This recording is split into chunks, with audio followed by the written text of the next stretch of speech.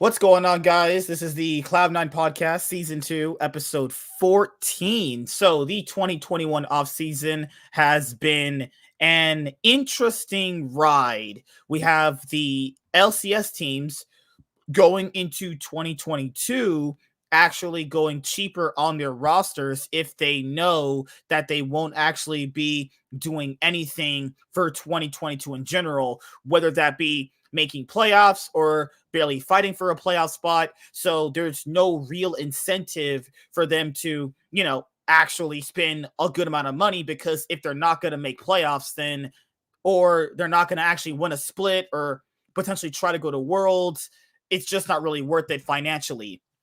Now, the teams in the LEC are also in the same boat. You see like a bunch of teams trying out like younger name talent as well, except like the top orgs like Fnatic and Team Vitality. They're just running with like, quote unquote veteran rosters or like superstar teams. But that's just the theme that I see with the LCS going now in range of the LEC. Actually, like, if you guys haven't really noticed, the LEC has really indexed hard on young talent overall, because generally it's really a lot cheaper to pay for younger talent than it is to pay for a veteran. That's just the bare minimum of why orgs actually do it. Now, when you kind of factor in, can these rookies have a huge upside, compared to like the veterans that were just in the league for a long time? I mean, you never really know, honestly. I know a lot of people have their individual takes on that. Personally, for me, the leagues were eventually going to get an overhaul of talent anyway. Eventually that was going to be a thing. And I personally think that this is a good thing, because, a lot of the people in the community have this general complaint that, LCS just kind of like hoards talent. That was a big narrative for quite some time. And then when you see like orgs trying to actually, try out different players, they go like, well, this big name player doesn't have a team. Well, that's gonna be the case though, to eventually get all new different players into the league. There's gonna be the other players that you guys already know and love. They're gonna be teamless. They're gonna be teamless potentially for maybe all of 2022. Maybe in 2023 they get a team. Who knows? Esports moves generally pretty fast in this space, and I find it kind of decently hypocritical that people will go like, well, this guy doesn't have a team and this other great player doesn't have a team. But aren't you the same person complaining that the league doesn't ever try out any new players? That was the narrative for the LCS for quite some time. They just recycle player after player after player. And then you have what I personally think, which is the bottom tier teams, like Dignitas, CLG, FlyQuest, Immortals, Golden Guardians. Those orgs can bring up these NA players and give them decent, good resources. And if they actually perform very, very well, either you can sell them to a big team like a Cloud9, like a 100 Thieves, like a Evil Geniuses, a TSM, a Team Liquid, and then that keeps new talent coming into the league. There's no real reason for an org like FlyQuest, CLG, Dignitas, Immortals, or Golden Guardians to pay for a high-name veteran player if they're not going to make playoffs. That makes 0 sense. That actually makes 0 sense. It just won't be a good idea at all. But for the 2021 offseason, we actually have some interesting topics. There was one guy that brought up this topic actually on Twitter that I saw, and it's something that I was thinking about too. And I think it's just a general consistency thing that has actually plagued, the LCS, not in terms of players or broadcast or anything like that.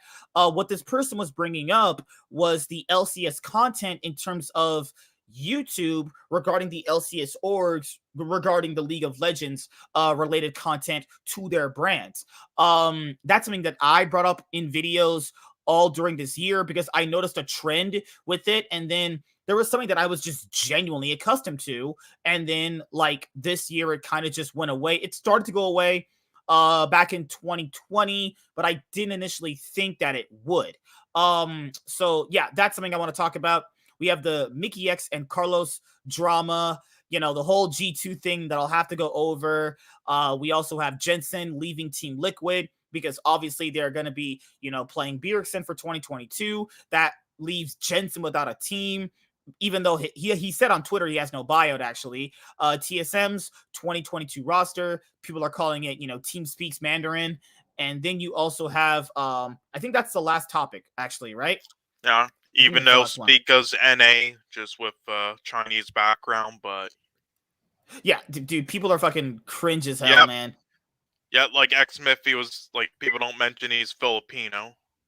Yeah, like, good God, dude, I can't believe these random memes of, like, Korean 9 and Team Speaks Mandarin. Like, if these teams actually, do really, really well in the league, let's just say Cloud9 and Team TSM actually get, like, top 2 during the LCS 2022 spring split. Let's just say they make top 2, right? They're actually in the finals, Cloud9 and TSM. I wonder what people will say about the league after that. It'd be funny if they actually made the finals. Or let's just say this. What if TSM and Cloud9 make the lock-in finals, actually? I know lock-in doesn't really technically matter. I could see TSM making it. Hey, like, people gotta factor in. TSM is coming in with, like, pretty much... This is the first year I've ever talked about TSM going into another season where they just have no real expectations, though. You know what I mean? Like, who was really excited about their roster? I'm just being honest here. I'm not trying to rag on them. I'm just being genuinely honest. Every single year, you associate TSM with getting big name players, having a really, really good roster that always sometimes might start off rough and then they turn it around. They have a really good run toward the very end. This year, I don't really see them getting any level of hype from even their own fans. They're going like, really, what the hell? What's going on here? And I'm not saying their players will be bad. I'm just going like, is anybody really hyped for TSM roster? Now, people have said they might actually turn to the next CLG. I wouldn't necessarily say that. What I would personally say is we're going to have to see if that happens, though. We would actually have to see if that happens, though. I'm not going to say they're going to be like the next fucking CLG, but like we have to see that in order for that to actually be a thing. People are already kind of predicting them to be like the next CLG when it's like they've done nothing to be like that, though. Like, people can rag on them all they want. They've always pretty much finished like top half of the league. Arguably, in the LCS 2021 summer split regular season, they finished first place, actually. They legitimately finished first place. Now, they finished overall 4th in the playoffs because they lost to Cloud9, who was the 3rd seed going into Worlds 2021. So, that's just the thing with TSM's roster. I will go over it because they had an announcement video and everything too. What's up, Tony? How you doing, man? What's up, dude? What's up, Ziek? How you doing, man? I think Cloud9 can definitely make it. TSM is debatable. Ask Warren what he's excited about. Yeah, I don't know about that. Yeah, Warren actually might join the show. He's still at the gym right now. He should be able to join. Actually, he'll just have to ask me for the link because I messed up on the link before because my internet fucking crashed out. So that's just pretty much it. Saying TSM has more Mandarin players just because one of them is both NA and Chinese, and same thing with C9 with Korean with Winsome. Like, the EU fans do realize some of their teams probably have like 3 players on them with like Turkish backgrounds and such. A Turkish like a player, lot of a Sweden player, of people in French the world, player. Yeah, a lot of people in the world have backgrounds. That does not make them one thing as well. Like, fuck. Like, who cares? ZX says, by the way, I don't think TSM will ever be like CLG. They have way more money and can always buy their way to a top 4 spot no matter what. Hey, 100 Thieves bought themselves a trophy with buying Abadage. I know people said FBI, and FBI was like the best player for them. That's true. I'm not saying he wasn't. Arguably, FBI was a great player. Even when they had, what's the guy's name? Ryoma and the other guy this year. They had DeMonte. Even when they had both of them, he looked like the best player in the LCS by far, in a way, right? Or the best player near the end of summer and in playoffs was Closer. Yeah, and like that's the thing though. They had good players. They needed a good mid laner because this is what I'm trying to tell you guys. Mid lane is such an important position in the world. This is a known thing for anything with the LCS, the LPL, the LCK, the LEC. You have to have a good mid laner. The minute they got Abadage and Reaper, they became a completely different team. Yeah, like, I knew they would win. They'd be like top 3. I knew they'd be better than Team Liquid at least. It's all they needed was a good mid laner. They never had a good mid laner. I thought this year, because everybody knows, I said this on my previous episodes of the show, I thought DeMonte was going to be their best mid laner. Well, turns out Abadage was. And Abadage clearly made an impact on the team. They literally went from like debatably like the 4th place team just because the LCS was just like bad, and they became the absolute best team. Now, they had moments where they kind of struggled, obviously, but they even turned it around. And that was also in part due to the fact of Abadage. Who had to factor in? When they just had FBI and Closer and Someday and Huhi, they didn't win anything. They barely looked like a cohesive team, which was also when they had DeMonte and Ryoma. And now, when they got Abadage, they look like a completely different team. So, going forward, they need to understand that too. So, they, I mean, 100 Thieves did it too. 100 Thieves literally bought a good main laner and they won the LCS. You know, now people have said, can 100 Thieves go back to back? I mean, it's possible. They've changed like literally nothing about their roster, honestly. You know, they've changed nothing about their roster. Like, I can see TSM winning it though, depended on how their imports play. Fuck TSM. I hope they don't, but I can see it because not many teams. I mean, no one cares about lock-ins because it's preseason tournament, just like the what do you call it in Korea? The one cup thing. Kespa Cup. Yeah, and I feel like C9 and Team Liquid will take a little bit to get going, and I feel like TSM could take advantage of 100 Thieves, so I feel like they could actually be a dark horse to win the pointless lock-in. But yeah, I definitely don't see them winning spring or summer. We bought a whole roster off another team. Oh yeah, they bought the Golden Guardians roster too. To be fair, they did kind of buy a trophy, but who doesn't buy a trophy essentially? The Golden State Warriors. No. They actually constructed their team CLG. very well, actually. CLG didn't buy a trophy. Yeah. Holy shit, man. But speaking of like that mid laner thing with 100 Thieves, so like, oh hey Matthew. What's up, Matthew? How you doing, man? Oh yeah, congrats, man. Yeah, it was great to talk. It was great to see your comment on one of my videos. I was gonna answer it on stream actually for you. But yeah, man, go ahead.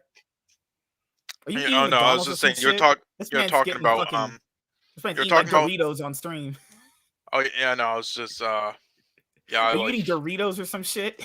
Oh no! I actually like heated up a bowl of popcorn yesterday during that whole. That's disgusting. That is nasty, Sean. No, during that one thing, with that one fucking thing with Hawkeye thing on Paul's stream, I just heated up some popcorn, had to sit through that. But no, I wasn't eating that. I was just fucking moving some shit. But anyway, so the DeMonte thing. Oh, I wish, but anyway, so the DeMonte thing though. I wanted to mention it though because, like, again, people don't mention when NA actually does what they're bitching about, like EU fanboys and stuff. Like, they do realize they talk about, oh no, NA mids low win. Yet you do realize in like spring and sort of in summer, you realize literally 6 out of 10 of the mid laners were NA that year, right? That split, right? Oh, but they didn't mention that. No one mentions that G2 lost the fastest game in world's history, like, ever. They lost it like 18 minutes. They actually just had no chance. Like, it was one of the biggest stomps I've ever seen in my life. No one mentions that. Now, if that was an NA team, oh, fuck, never hear the end of that shit. Oh, that'd be mean for literally forever. Like MSI, yep. Dude, SKT also lost like one of the 15 minutes when they tried SKT playing Sonic Eric. Like, fact listen, an already slow team playing an actually slow composition. That was IG was like, okay, let's just beat their ass. Like, but no one memed them. No one memed LCK. LCK lost like one of the fastest games in international history ever. No one memed them. You know. Yep. It's just whenever it comes to like the LCS, it's just worse when it comes to like narratives and shit. ZX says, I mean, we beat TL, the team everyone counted against us and literally ripped it. Yeah, it's true. I mean, hey, to be fair, I said 100 Thieves are better than Team Liquid, and I was definitely proven right as well. I was like, if Cloud9 lose, then 100 Thieves are winning the championship, because 100 Thieves should have beat them the first time around. They threw every game against them. I was like, fuck. I knew 100 Thieves was the best team that split and that they should have won after getting Reaper and once I saw them play with the Abadage, I was like, this is the best team. This is a and I did say the same thing as well. I said if 100 Thieves beats Cloud9, then they'll probably win it. I did end up changing it like last second. No, the Team Liquid, and I'll tell you why. It wasn't because I doubted their skill level. It's just you got paid by Steve on Twitter, didn't you? It's because I was doubting their consistency. Is all. I knew they were the better team. I just didn't know they'd be consistent enough. It's the thing with Reaper's drafts. Remember that game 5? He drafted TF, Callista, Leona. He drafted like a 0 damage composition early game. I was like, what the fuck is this? Like, because people have always said Reaper chokes in best of 5s. I don't think it's that, because he chokes in best. He does like a coach gives you the best things possible for your team to succeed. It's up to the players at that point to pull it off. Yes, to be fair, there are bad compositions, but I've seen compositions just like what they had in that game, in that match against Team Liquid. I've seen plenty of other teams play out the composition just perfectly fine. I don't, because people always blame like the draft. I don't think it's never really the draft most of the time. It's how the players on the Rift play out the actual composition itself. I blame Reaper a handful of times. I'm sorry, but no. Like, I agree with you. Sometimes, yeah. Sometimes, yeah. I mean, he definitely. I agree with you most of the time in those scenarios, like MSK, but not with Reaper most of the time. Like, he literally. Remember the Team World Elite game where he didn't ban Kog'Maw or Galio? Yeah, they should have won that best of 5. They actually should have went to semifinals that year. He literally didn't ban Galio, who was like a mega OP champion on that patch, and Kog'Maw. Kog'Maw was Mystic's best champion. He had 100% win rate on him. You gotta ban this thing. You cannot let those things go through. Like, no, this is what happens every time. Reaper thinks he's like in some fucking like film, like some underdog film storyline. He's like, oh yeah, time to pull out some weird champs. It's game 5 of the best of 5. Time to be like, okay, fucking Twitch ADC, and then the whole crowd goes, whoa, and the caster goes, oh my god, what? Whoa, this is unreal. And then the other team has the most OP comp, and then they're getting their asses kicked, and then they come back and they win the whole championship. Oh, the crowd goes wild. Underdog story film. Yeah, that's every fucking draft game 5 in Reaper's brain. It's like he's in some fucking film. Like, no, and then every time, no, he just gets dick stomped, because why the fuck wouldn't he? You fucking idiot. Like, that's the thing, is sometimes I think he's a really good coach to a certain extent, right? Because I met him, I've talked to him before. I've actually met him. Let me show you guys. I've actually met the guy before. We've talked before. He's actually really smart. The issue here is... He is an amazing coach when he doesn't fuck around. Yeah, like... It's what can I really say? The thing here that I get from him when I did talk to him is like, maybe he tries to go like the extra mile when it's just like not needed, though. Because like sometimes you have it in the bag. Sometimes you just have it. But some people just like to prove and go overboard when they don't need to. You know what I mean? Like, there's no need to do some of the things he did back when he was drafting for them. You know? Yep, he single-handedly lost Cloud9 that finals against Team Liquid in summer 2019. Single-handedly with that Game 1 and Game 4 comps. They played better than them in those games. It's just they drafted horribly. And then they beat Team Liquid in Game 2 and 3 when they actually drafted real comps. You remember the Orin composition for Cloud9 versus TSM? That spring finals? Oh, Lord.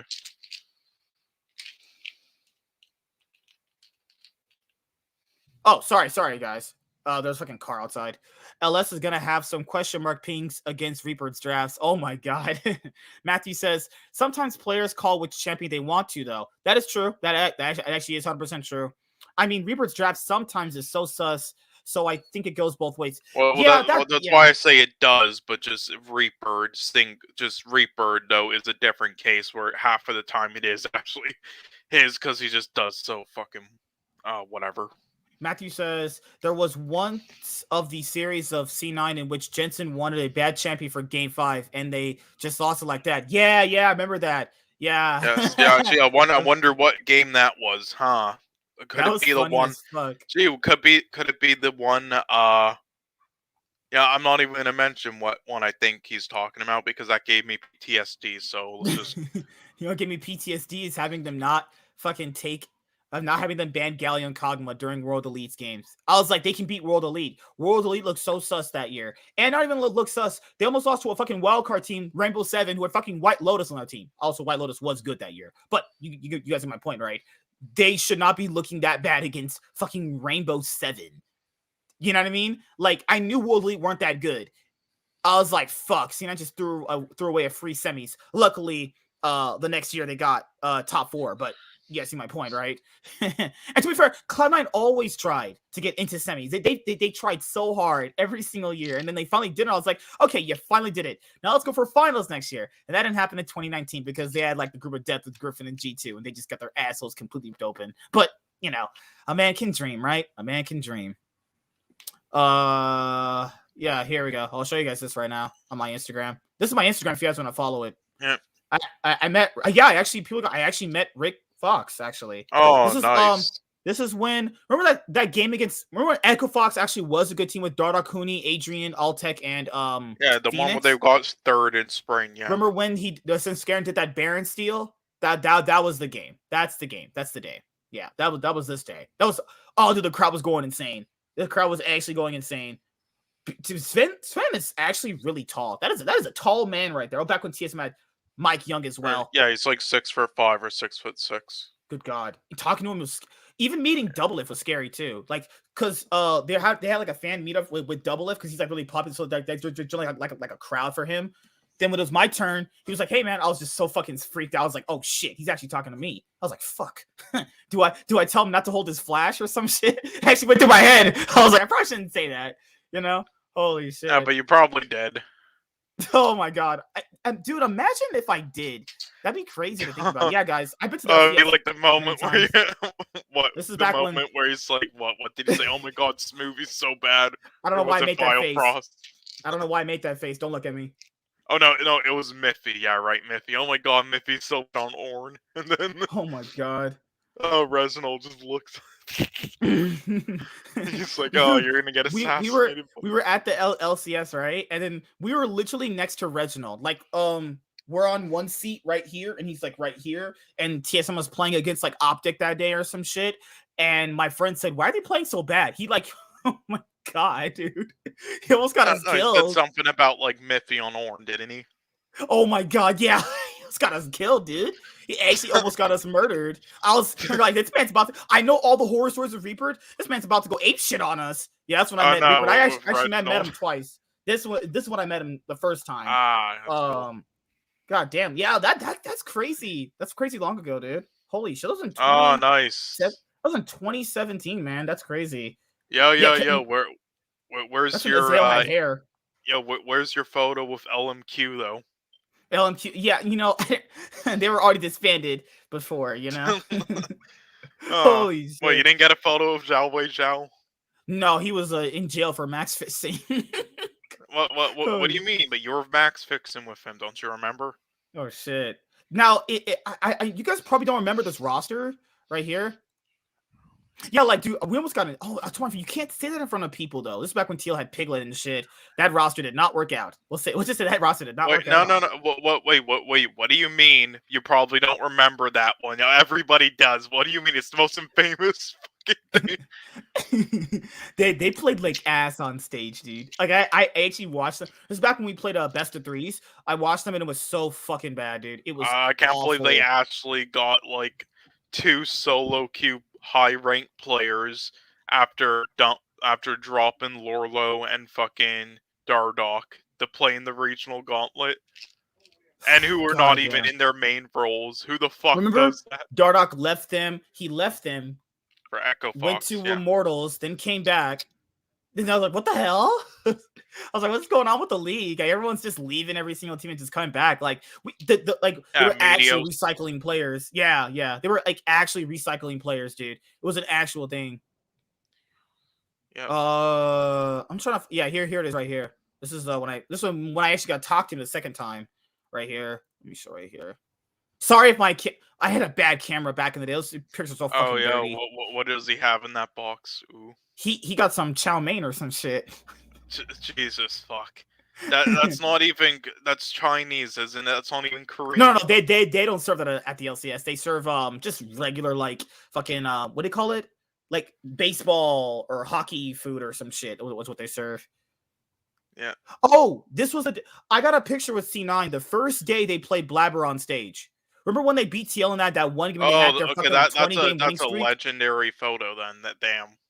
Yeah, this is the first day Blabber played for them. Because I saw Blabber on C9 Academy. Oh, this guy's actually kind of good. They were already, and I told my friend, they were already 10th place. He was like, why play him though? They're 10th place. You need to just try anything. It doesn't matter. Just fucking try him. They played him. They went on like, what, 12-game winning streak to end off the fucking season and shit. They made 2nd place. They got the bye and stuff. Yeah, I mean, I can't wait to go back, but people have asked me, like, do you think we'll actually have to do a vaccine before we go back? I think so. Okay, so guys, where I live is San Bernardino County. That San Bernardino County doesn't require vaccinations for like a good amount of places, right? Just from what I know. I might be wrong. LA County is different. You have to be pretty much vaccinated to pretty much go anywhere. It's a different county, actually. For where the LCS is, which is like 2 hours away, it's a different county. So you have to be more or less so vaccinated from everything I've heard. So yeah, even if the stage games return, I don't know about if I want to get vaccinated to go to fucking LCS games. You know what I mean? I did want to just quickly I don't have much to say about the situation because I haven't. Oh, this was funny. This was so cringe. Because I saw Nate Shot. This was back when they kicked Meteos, right? That first time around. Fuck. And everyone kept ragging on him. And I was like, hey man, I'm sorry for the community. They're not actually that bad. He was like, it's okay, man. It's okay. I was like, oh thank God. Dude, my heart was pounding. Fuck. Wait, what were they saying about him? No, remember how the community was ragging on 100 Thieves for kicking Meteos when they played Ryoma, actually. It was when they brought in Ryoma or no, it's not Ryoma. Oh my God. It's when they brought in Onda. So they brought in Onda, actually. Remember? They kicked Meteos when he wanted to go to another team. It was after Rift Rivals, where he wanted to be traded to another team. They couldn't really find it because it was like literally in the middle of the season, so you had to go to Flyco's Academy. Yeah, I mean, Onda's pretty much Onda like was pretty terrible. No, Onda's pretty much like Acadian, where he kicks complete ass in like amateur and academy, but just cannot make it over that hump. Pearson had a beard, and it touched me, and I got so turned on when that happened. I can't explain it. Shut up. Oh, Clutch Gaming. Clutch Gaming was the best, like the best ever, man. Yeah, imagine though, Huni was so close to becoming, literally winning a title in every major region and winning worlds. Huni. Jeez, dude. Yeah, and by the time he did, he was still only like 21 or 22. You know what's crazy? He's never been to an LCS finals, actually. This is the only region this in the LPL are the only regions he hasn't won yet, but he's never been to a finals here. I don't think he can get to a finals here, honestly, dude. I don't think so. I don't think it's possible. Yeah. Well, I mean, it's possible because, you know, we saw, okay, well, this is how it can happen, you know. All right, they're facing like Cloud9 they're facing Cloud9 in semifinals, and they're up like 2-0, and then they decide, you know, let's play Zed. All right, that's how Huni that's what Reaper did. Remember that game 4 he picked Zed against TSM? Yeah, that's how Huni can make it the finals, right? Just like I can't believe. Oh my God, that Acadian made a finals. Oh my Lord! And Armal when Acadian played in a finals. I cannot fucking believe. Dude, holy motherfucking hell, dude! Like that goes to show you, if you have a good mid laner like Bjergsen, your team can go pretty much anywhere at this point. Yeah. You know what I mean? Like, Acadian was not even good. He played, like, Sven Skarenwood was actually better than during that series, but, you know, I thought he was choking. I thought he was okay. I mean, let me see. What am I bring up? LCS content. I honestly thought Acadian was okay. I don't know. This is what I want to bring up, actually, because I want to bring something up to you guys, because I know this was a talking point on Twitter, and I want to bring this up because it is something that I've mentioned in videos before. You guys have heard me. I think Sean has talked about it too. So, well, I'm just gonna bring up this right now because this will be an easy thing right here. Let's go Cloud9. Okay, and we'll do this, and we'll go we'll open this tab. We'll put this one right here, and we'll. I don't know which one you're talking about. Which topic? Oh, I'll share them right now. I'm gonna share them right now. All right, guys. So we'll talk about the LCS content right here. Okay, so I've noticed that this year. I've noticed this year when it comes to like LCS teams, they actually have been like indexing content in different places. Like if you have multiple different like esports teams, you know, and multiple different esports, you have different channels from them. Now, for League of Legends, it's a bit different because a lot of these orgs started in League of Legends. So a bulk of your subscribers, if you have this kind of name like Cloud9, are here for League of Legends content. There's a reason why like the their Nines episodes that they have on Twitch, which I do watch, which are actually really good. There's a reason why the LCS ones always pop off more than like the Valorant ones or, you know, the ones with talking about different games, obviously. So I don't really understand why, and I love Cloud9. I really do. I'm always going to support them. I don't know why there's a need to make another YouTube channel for like League of Legends content when they could just put it all right here. Well, for each one they do now. Like, I understand the long-term plan. It could work out in the long-term, like Team Liquid with their own separate league thing, but I didn't like it for Team Liquid either, dude. I didn't like it for much of them either. But I can understand, like, maybe they're thinking long-term like that, but I honestly don't. Yeah, I don't like it, though, because I just think it completely killed all the views they had. I don't think, even in the long term, I don't think it will grow to as much as if they just kept everything on the same channel.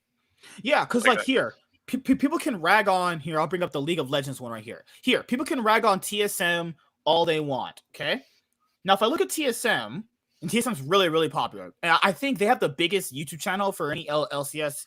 Okay, well that's different. They're just popular because of like Fortnite and shit. John, you have to give them credit where credit is due. And sometimes. Streamers. No. Okay, listen. So how many subs?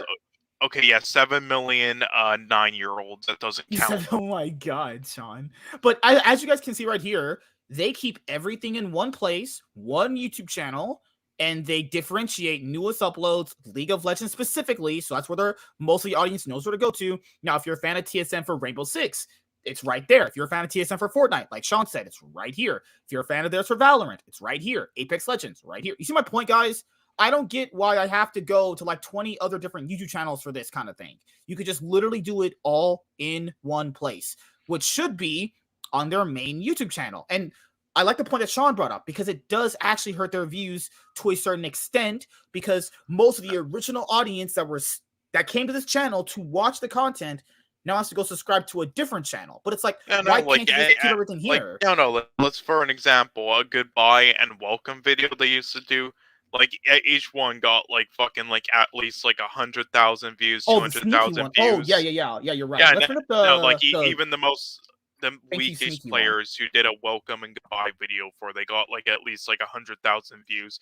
Now they get, like on their main channel, they get, like, 5,000. Look at this. Thank you, Sneaky video. 337,370 views. That is just absolutely insane. Now, now look at the Perks one and the Vulcan. All right, let me go to it right now. Now, if you did that on their new League of Legends YouTube channel, let me go see it right now. I'll have the first one might have grown more, but for like the first and to be fair, weeks, yeah, you're right. Yeah, you're right. They actually can't. 2 weeks, it only got 50,000. Oh, yeah, you're right. Yeah, you're right. It should have Perks. It should be way more. And for the first like few weeks, though, it only got 50,000. And then look at the Vulcan one. The Vulcan one's weak. Like 34K is fine. It's like okay. That's Golden Glue and Sven Skaren. Sorry, not Sven Skaren. Fucking Golden Glue and who was it? It was Golden Glue and like Kumo or some shit. They did one for like both of those players. It has more views than the Vulcan one. Thank you, Reaper. The Reaper video has more views less than a year ago than the one with Perks. Yeah, no, look at the Golden Glue one. It has more views than the Vulcan one, which is sad. Thank you, Golden Glue and Kumo. 19,000 views. Oh, okay, never mind. I must have underestimated, I guess, but I thought it had more fucking views, though, than that. That would have been sad. Look at this, right here. The Niski thank you video, which came out a year ago, had 100,000 views, right? That's close to the Perks one, which was released 4 weeks ago. I'm just saying, like, I would prefer if the orgs in the LCS with YouTube channels keep everything in one place. There's no need to make a ton of different YouTube channels. I like the way TSM does it. You keep everything in one place and you literally have a playlist of the other esport orgs, the other esports you're involved in, and you just keep it in playlist form. That's it. There's no need to make 20 different channels. Okay. Call them games, not esports orgs, because TSM isn't an esport org anymore. They're a streamer org. They're still, oh my god, Sean. Yes, if the 100 Thieves is a Cloven brand, then TSM is just a streamer brand. Because I know people are gonna bring up 100 Thieves. I didn't like when 100 Thieves did it when they have their 100 Thieves esports channel right here, right? They have one for COD and they have one for like esports. Why not just keep everything on one like here? But to be fair, theirs is a bit different because before they were actually popular, they heavily indexed on like weird challenges and all sort of shit. Theirs kind of makes sense, but I still don't like it though. Yeah, I in defense understand it. though, I think if it wasn't for TSMs having like 7 million, they probably would do it as well. And that's my thing. It's like I don't really, like the fact to go to subscribe to 20 different channels. Why can't everything just be in one place? Now, people have said the views on some of the content have been kind of bad. Now, these are like the top orgs, like Team Liquid, Cloud9, 100 Thieves, TSM, right? So let's type in Dignitas, right? Let's go to Dignitas. I don't think I even subscribe to them anymore. Oh, I have to subscribe to their league channel. Because for Dignitas, I don't really understand why they would make a separate league channel. I really don't know why, but whatever, right? Let's go to their league channel. Yeah, do they even have any league fans anymore? Let's go right here. Let's go to their league channel. 3,000 subscribers. Okay? They're barely above where I'm at. I'm just being honest here. On my main... Okay, if you guys don't know, I have a main YouTube channel, right? That I'm usually at all the time. That channel has almost the amount of subs that this one does. I'm just saying. I'm not ragging on them, but I'm just saying. Now, I don't get why they themselves would, actually try to make a different channel. I don't see the appeal they have, really. But this does kind of separate what type of viewers are there for their league stuff versus people who are there for their other stuff. Or CLG, this type of CLG. I don't think even really make League of Legends content like that. Also, people have to kind of understand, I don't know what type of people they have in charge of making their content. Because content's been generally dry. Because like a lot of orgs try to do the whole like TSM Legends route actually. I think that's the best form of content because it gives you chances to connect with the players actually in a different way rather than like stupid. I'm not a fan of those little stupid challenges people do and shit like that, but that's just me. All right, CLG's oh my god, my bad. Wrong thing. This is the wrong that's their academy roster. But this is for their LCS. Right here. This is for their LCS. Give me 1 sec. All right. For their LCS, they're doing like okay for their LCS content, and their academy video got okay. Now look at their LCS roster announcer video. It's pretty good, right? 21,000 views right there, right? Yeah, no, sorry, 23,534,000 views. That's not bad actually. But when it comes to like general content, it doesn't do that well. I mean, most of these videos do okay actually, and like that's the thing is if the orgs in the LCS want to have like better content, they need to have something consistent. Like the reason why people tune into TSM Legends all the time is not because of the views or because of the players or TSM. It's because they consistently put it out as well. This is actually something that a lot of the orgs do. They'll like start a series up, then they'll fucking stop it or it won't come back for a long time. So the interest is just killed. If you're going to start a new series, I would recommend obviously, keeping it up. You have to keep it up consistently. That's how you're going to have consistent viewers specifically for that. FlyQuest videos do like okay good when they have like League of Legends welcome videos like these. These usually do kind of well, but for their League of Legends content, it wasn't doing that well for quite some time. It just wasn't. But overall, it's been getting better for some of these orgs. Like, I don't even know for like the broadcast. A lot of people have been saying, the broadcast's content's gotten kind of lackluster. I mean, I don't recall it ever really being good. Like I don't really know what the broadcast's standards are for content overall. But what I will say is, if you're looking at content to make, everyone's taste in content is different. I just don't know what type of content the general fan I think wants. Cloud9's content in general kind of dropped off after the 2019 season. Like, they don't do a lot of stuff they used to anymore with the players, but... Well, they said that's what the League of Legends channel was for doing all that stuff. But I'm thinking to myself, like, why can't you just do it on this channel? And there really hasn't been much from them. Like, I'll show you guys. There's some videos they used to do that were fucking fire. Remember that Valentine's pickup video with Sneaky and Svenskaren? That was fucking funny as fuck. That was fun. Yeah, I was actually in tears. That was and I funny just as like hell. the I don't think the vlogs are as good as they used to be, honestly. Like the 2018 and 2019 vlogs from LCS and Worlds and stuff. I thought those were fire. Now they're kind Yeah. of lackluster, and I don't even think they do it much. Like, you know. Like no one has like a TSM Legends really. Like Cloud9 has their own series, 100 Thieves have theirs, Team Liquid have theirs, but like I know people said the views aren't really that good. Yes, because you're just starting a brand new series. Anybody that's on the YouTube platform knows that when you start a brand new series, it will not get as many good views because the viewers don't know, should I Yeah. invest my time? The viewers themselves have to know, do I want to invest my time into that kind of content? And then if it Hmm. stops, you just wasted all. I just wasted my time. You know what I mean? I just literally wasted my time. You Yeah. have to keep it up. That's the thing. If you start a series like that, you have to keep it up. There is no ifs, ands, ors, or buts. TSM Legends, you guys can hate TSM all you want. TSM Legends has ran for many, many, many, many years.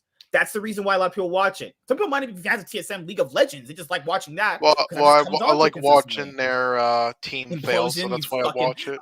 Thank you, Sean. Sean, you are the Yeah, best yeah, what watcher. that fucking regional finals 2019 episode was fucking classic. Now, or ask you this, dude. If they didn't have that consistently, what would be the reason to watch it though? Like, what would you be really watching at that point? You know what I mean? Like, is there be a need? No, Yeah. not really. There's not a need to watch that kind of content unless you keep it up consistently. G2 had a series like that. They quit it. Fnatic has theirs ever so often. Like they have it. How would you say it? Like seasonally. They'll have it now normally for Worlds. They don't have it generally for the regular season. Now, if it's too grindy for the regular season to have it, that's understandable. Maybe at the end of a split, do a whole recount, a whole wrap up of a split. I don't know. Just spice it up. I just don't really get why the LCS content has like dropped off so much. Like it's just dropped off to a fucking cliff. You know, it's just not even Yeah, really good anymore. the last vlog from Cloud9 that I say was actually great was the first one at MSI, I'd say. That one was good. Oh, their series on Cloud9. I like that one. That was good. And it And they has kind said of this, dropped off a bit though, in my yeah. opinion. No, because remember this year they said that the episodes won't be like every single week. They're gonna be like every other couple of weeks, like every 2 weeks, right? Okay, that's cool. More quality in the content. That's perfectly fine. But they didn't make one for like 9 weeks. I was like, what the fuck? And then we know why they didn't make one. They were losing a lot of games and players are probably pretty fucking mad. You know, like they were losing a lot at a certain point during the split, the LCS 2022 summer split. So you're probably thinking like, okay, let's not make content centered around people probably like yelling at each other. And they said they had some internal issues as well. So Wait, in it's what one of split? those. The past split we just had for the LCS, you know, they were losing a Oh, lot of games. So summer. like, yeah, like filming them losing is probably not going to be the best thing. But that's the thing you have to do if you want a series like that. You're there for the good parts. Then you're there for the bad parts. Then you're there for the parts where it doesn't go your way. Then you're there for the parts where it kind of goes your way. That's why I like series like that. Just as long as you don't do what CLG did in that one episode. Yeah, okay, don't do what they did. That's fucking yikes. Fuck. Matthew says C9 used to have something like that too. It was pretty good. I agree. Nowadays, only TSM has the best series. Yeah, like Team Liquid have theirs. They have theirs, and theirs is solid. You know. Yeah, I mean, I do think after the spring episodes in 2020 weren't bad. The first handful of them, I guess, when they were like going over each player, those were fine. I mean, do you remember those ones or? Yeah, those are pretty cool actually. I like those. Yeah. Now I do have to just mention it. Like, you probably want to talk about it for a little bit, but I don't have much to say, so I'm just gonna say what I think of it like quickly, because I don't think there's like much info about it. Anyway, at least last time I checked, I haven't checked up on it in like the past 5 days though, but all I'll say is whoever's actually in the right or the wrong Mhm. with this Mikyx and Carlos Carlos. drama, Oh shit. you Yeah. either Oh my way you god. have to be a full-blown retard to be on Carlos's side, because you cannot trust anything that guy says anymore. After everything, you cannot trust a single word he says anymore when shit like this Mhm. happens. See, like I batted for him a little bit for some of his points last year because they generally made a lot of sense. But it's like I don't know if you can trust his point anymore. And it's hard to say, like, is he being sarcastic? Is he being truthful? But I'm going to cover that in just a moment. Matthew said, yeah, but the old series was really consistent and good. Only TSM is consistent. Yeah, Cloud9 used to have this, like, Cloud9 used to have what TSM Legends was, like their old YouTube channel that had League of Legends content on it. Yeah. Then they called it C9 Genesis. Then they called it On Cloud9. And then this year, it just wasn't as consistent. Now, this is the squad one for Team Liquid, so we'll go to the next topic in just a moment. This is Team Liquid. It's called, like, squad. Theirs was actually pretty good. Theirs is good, actually. I like it. You know, it's nothing special, but it's, like, kind of good. You know? Yeah, I mean, I think I don't know if they still do it anymore. I think they dropped off, but I actually Team kind Liquid? of like. No, I kind of like the content that Golden Guardians did in like 2020 and stuff. Oh, they said they stopped it because the viewership just wasn't there. I'm like, but you're Golden Guardians, though. Why would anybody really you want have to to keep. watch your You stuff? have to do it. You have to try to invest. Like, yeah, you're literally like the lowest tier LCS team. Of course, it's going to be super low. You just have to keep going. You're an LCS team still. You're fucking funded by the fucking Warriors. You're fine. Yeah, Just I keep mean, doing it. I understand having a content team and the views aren't there. You know what I mean? But what are you gonna do? Just don't get any fucking, like, Yeah, what do it's you do? unfortunate. The videos were actually kind of entertaining. The Golden Guardians ones, I really liked them. Yeah, I like the ones from 2020 with their FBI. Well, yeah, it was FBI, Demonte, FBI, and yeah. the roster thing, like the off season. I thought those were entertaining, but Because whatever. 100 Thieves, remember, 100 Thieves indexed heavily on content when they weren't winning. And then when they finally won, it just all came together. It's like, Oh yeah, right. I like the 100 Thieves content. Yeah, when the spring 2021.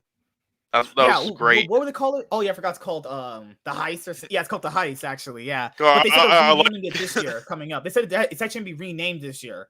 like. But I was like, don't do too many renames, or it's gonna hurt people watching it. I mean, you can't. Yeah, you know, it's You can do like funny. one rename, maybe two, but if you start doing too Yeah. many, viewers are gonna be like, what the fuck is this shit? Then you'll end up like MSK. Oh, being black. Okay, now we're gonna go to Twitter, actually, because I'll talk about the Carlos and Mikyx drama, actually. Yeah. Let me bring up Yeah, Mikyx's tweet really it's quickly. entertaining here. FBI keep calling who he watched player in the episodes. Saying, "Oh, I'm gonna take your spot as well. Just play both roles, but like Oh my god, go stream and funny. chill. Where's all right, Carlos? Okay, so I You're right. I have have to go watch those co-streams. Like that's another thing. I liked. Why doesn't like Cloud9 do more? Like like when they went to Worlds 2018, they had all those like streams and like those just the you have to VODs get on permission from YouTube and the you have to get highlights. permission from Riot himself to do that, actually. Yeah, but that was so entertaining. This old like Worlds 2018, the Yeah, scrims like with Cloud9. That was the best content. Why don't they let them do it more? It's crazy. Like the you have to get permission from the LCS, and they have to get permission from someone else to let them do it. It's just like, oh my fucking god, man. Yeah. Let me bring up this really quickly. God, like what team were they fucking like sharing that building with again? What was it? God, what was the team? Where's Carlos in this? Let me find the Carlos tweet really quickly. Let me type it in Reddit. Mikyx and Carlos. Oh my god, Carlos drama league Reddit. There we go. Okay. August 4 days ago. Okay, let's bring this up right now. Give me 1 second, guys. Okay, here we have it. Here we have the tweets right here. Let me bring him up. He talked about the buyout status and everything else. Okay, and here these are from Reddit, so you know. Let's go right here. Okay. Let me see if I have it all lined up. Okay, so I think there's a lot more that I'm not up to date with in this situation, I guess. But okay, so I think I have it all right here. Okay, so here we go. Here we go. Either way, though, Reddit comments? unless he's given actual like facts, like proven facts, like it's hard to trust him now. Here we go. Okay, so Mikyx tweeted, "Didn't find a team for 2022 spring, but at least I will be streaming more often now." emoji glasses, right? Carlos replied, "We lowered the price 3 weeks ago to 250,000 euros, but could not find anything. Hopefully, we can find something nice for him for summer split." Then he says, in the process between the initial 1.5 million requests, the very quick drop to 500k by first days of November, and the subsequent final drop to 250k, we gathered interest from +5 Western orgs, which Mickey did not show interest in nor entertained. We did all we could and have peace of mind. Mikyx replies, I don't think things communicated to me during the offseason align with this. Carlos replies, that's a straight lie. We have dozens of G2 employees with visibility on all off-season dealings. All interest in full was communicated to your agent, who responded that you were not interested in any of those opportunities. You should be honest and stop going for brownie points. Jesus fucking Christ. Holy shit. This is something. Okay, so I know a lot of people were like, well, aren't they like really, really cool friends, the G2 guys and Carlos?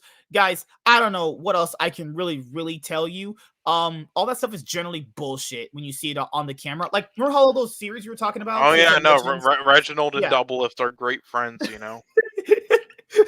So generally that League of Legends content you'll see from like orgs or some shit, or like how they'll act on stage, is not really their personalities. I'm telling you that right now. I don't know why a lot of people still believe it to this day. Who they Oh act on, really? who they Wait, are oh on wow, you're stage. saying Adam and Upset weren't good friends? Wow. Fuck you. So the way the players are like on stage, or if they're like on broadcast, or if they're like on someone else's show, I'm not trying to say they're being like what's that word, like devious is the wrong word to use. It's just the way you present yourself on camera is a lot different than the way you would present yourself like to your friends, you know? Because someone could be your best friend when you're winning everything like G2 was, but when, they swap out one player and they actually, get reckless and everything just pretty much implodes, things don't look as good when you're losing and you only win like one best of 5 during the entire year with a roster that easily should have won LEC back to back if the players had been playing at their peak level. Now, people got to factor in, Carlos has a business. He's really only all the time looking out for himself, his business, and his family. That's going to be the first forefront thing in his mind every single time. Now, that's with any org. Players need to understand that. Any org owner is going to think like that. Now, he's a bit different when it comes to all this stuff, and that's his own thing. I'm just letting you guys know how these things go, because like a player would go, well, I thought he was cool with me and he was my friend. No, that is your boss. He doesn't care. I'm just, guys, you have to kind of understand these things. A boss doesn't care. All he cares about is if you make him money. I know that sounds kind of mean, but that's just the business world. I'm just telling it like it is. Anybody who's been in the workforce knows this, Now, I'll say this. Now, for this situation, I don't really know who to believe. Maybe things got what's the word I could use? Maybe things Yeah, got like it lost could in be something translation. like, yeah, Just like lost in because let's translation. That's let's it. let's give me an example here, like let's say Mickey Like, X, like let's say me and he you said no haven't. to like Yeah, one, he said no to like one offer, and like all the teams like they wanted him when his price was too high, and by the time he lowered him, they didn't have interest anymore. Right? It could have been something like that, and yeah, then it's true. Carlos thinks he did the best he could have, and then Mikyx disagrees, but then he's like, "No, we contacted old teams, and blah blah blah." Like it could, Yep. be multiple reasons. Like this is very this is like there's no straightforward answer to this with negotiations, especially in this off season. So even if we do get like an answer, sort of, it's not going to be a clear one. And this is also what I'll say is like, he could have literally just turned down the offers, because I know everyone's like dogpiling on Carlos, and rightfully so. He has said some interestingly shady things that didn't pan out as Yeah, well. he might True. have thought that not he didn't get an offer to even a single like at least above average team in his books that he liked enough, and that by that standards, he thought he didn't do enough at all. Like, didn't do anything. Just gave And then him you also have to garbage factor in, things. like, Carlos sends the offer that he's getting from another org to Mikyx's agent. Mikyx's agent communicates that with Mickey, and if Mickey says he's not interested, well, depending on when Mikyx is interested, another team could just find another player, though. Like, you got to factor in the offseason moves very, very, very fast. There was the rumor that he was going to join TSM, but maybe in midst of those rumors, he didn't want to join TSM, and then they chose someone else, which is rightfully so in TSM's place. If they don't know if they're going to get him, they have to choose someone else, because if he's not going to commit to you, you have to go to someone else. And you have to know instantly, because good players get swooped up very, very fast in off seasons. Now, This all could be just lost in translation. Maybe things were communicated not on a really, really good time period to the point where he could have found a team. Now, factor this in, people. I know everyone's going like, oh my God, Mikyx won't be without a team. He played like shit this whole year. He played like crap. So let's not say like he was the fucking best support in the league. He was not the best support in the league by any stretch of imagination, just this year alone, and in playoffs as well. But we know how rosters can be sometimes. It doesn't work out midway through spring or like sometime during summer. People get switched out. It happens all the time. So just because he doesn't find a team right now doesn't mean it can't happen for summer. Who knows? Anything's possible. 100 Thieves swapped out Demonte and Ryoma and got Abadage before the summer started. It happens, when rosters don't go the way people actually expect, and then players find teams like TSM. If TSM doesn't work out with that new mid laner they're going to have, they could either get Jensen or get Niski. It's very possible, Yeah. And that's the thing with the whole Carlos and Mikyx drama is like he definitely, I most imagined, tried to get him a team. Now, why I say that is because they literally just sold Wonder to Fnatic. They literally just did that like a week ago before this actually happened.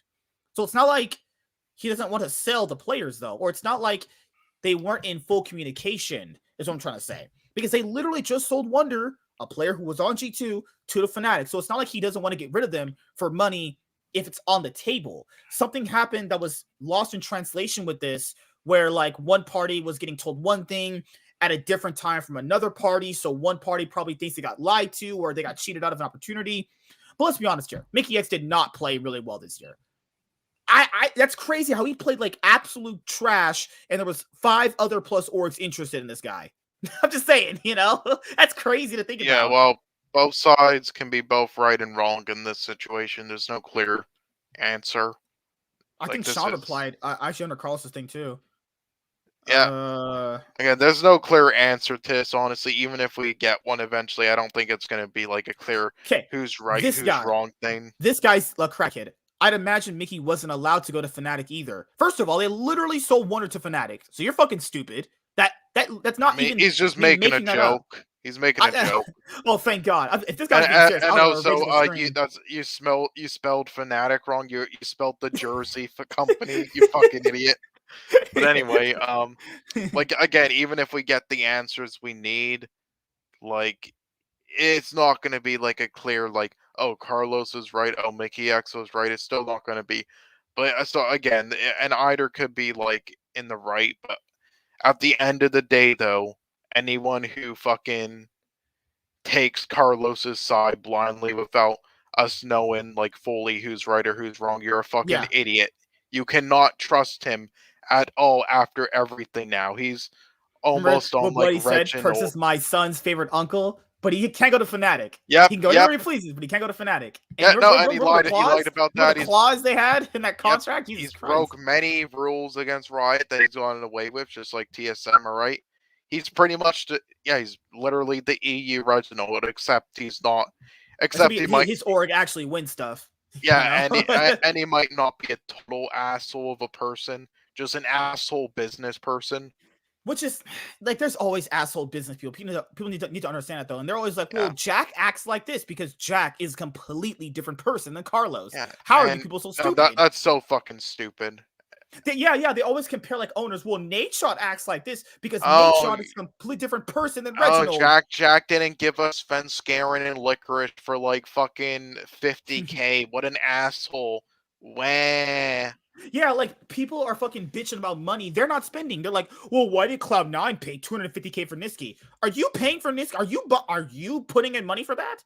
Are you fucking serious? Yeah, People are and always it bitching about wasn't money because they they're not didn't even want to fucking pay him playing. that money. They just went with a different plan, is all. Like, shut the They were fuck gonna up. go with Bjergsen, Mikyx, and Han Sama, but they went with the LS route at the last minute. Yeah, I and was then like, they were thinking of going with Niski, but LS and chose otherwise. They didn't decide not to go with Niski because of the fucking 50K. Like, that and guy like who the guy reported that that. actually replaced Jensen, and this is factual, Niski won Cloud9 their first title in years, actually. So it's not like they wouldn't have gone for him again. That's just factually wrong and stupid if you believe that. That it's like they just didn't want to go with them again. And to be fair, I said this too. I don't like going back to players Orgs have already had. There's no need to. There's literally no need to. You just get someone else. But to be fair, I thought they would have gone for Power of Evil, Humanoid, Nah, those players as well. Mid laners they nah. haven't had I yet. never thought they would get Humanoid. Humanoid is not a type of guy who would go to Cloud9, and I did not want Power of Evil at all. I'm not saying he's bad. He's good, just nothing special. It doesn't win you championships. Let me Right. see. Yeah, that's pretty much it with the Mikyx Carlos drama. I think somewhere something got lost in translation between Yeah. Carlos, the agent, and Mickey. That's pretty much just all it was. People trying to make this like it's some like big thing. Players need to understand this. They will cut you the minute you're playing bad. It's just how these things work. It's not Yep. a malicious thing. It's not because they hate you. This is just how sports work. And if people want to keep making, esports like fucking traditional sports, this is what happens in traditional sports. If you play bad, you're off the team. That's it. That's just literally it. You go find another place to play. That's just how it works. Or you get drafted to another team. That's just how it works. People want to go like, oh, well, how could this org owner who took me out to dinner, told me he loves me, cut me off the team? Because Yeah, like whatever. another org Fans are could be so fucking giving. autistic. Like Yeah, fucking like EU fans tried saying, "Oh, NA teams don't give certain players enough time to like get a chance and try to gel with the teams."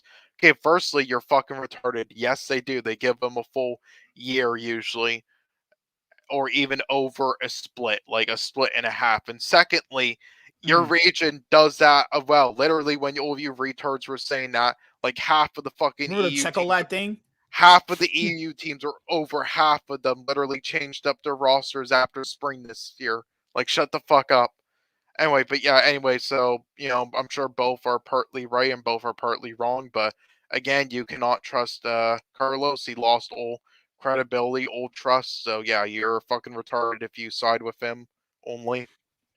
And this is the last thing I'll say is like people gotta understand just because certain players are not on teams right now doesn't mean they won't be on teams at any point.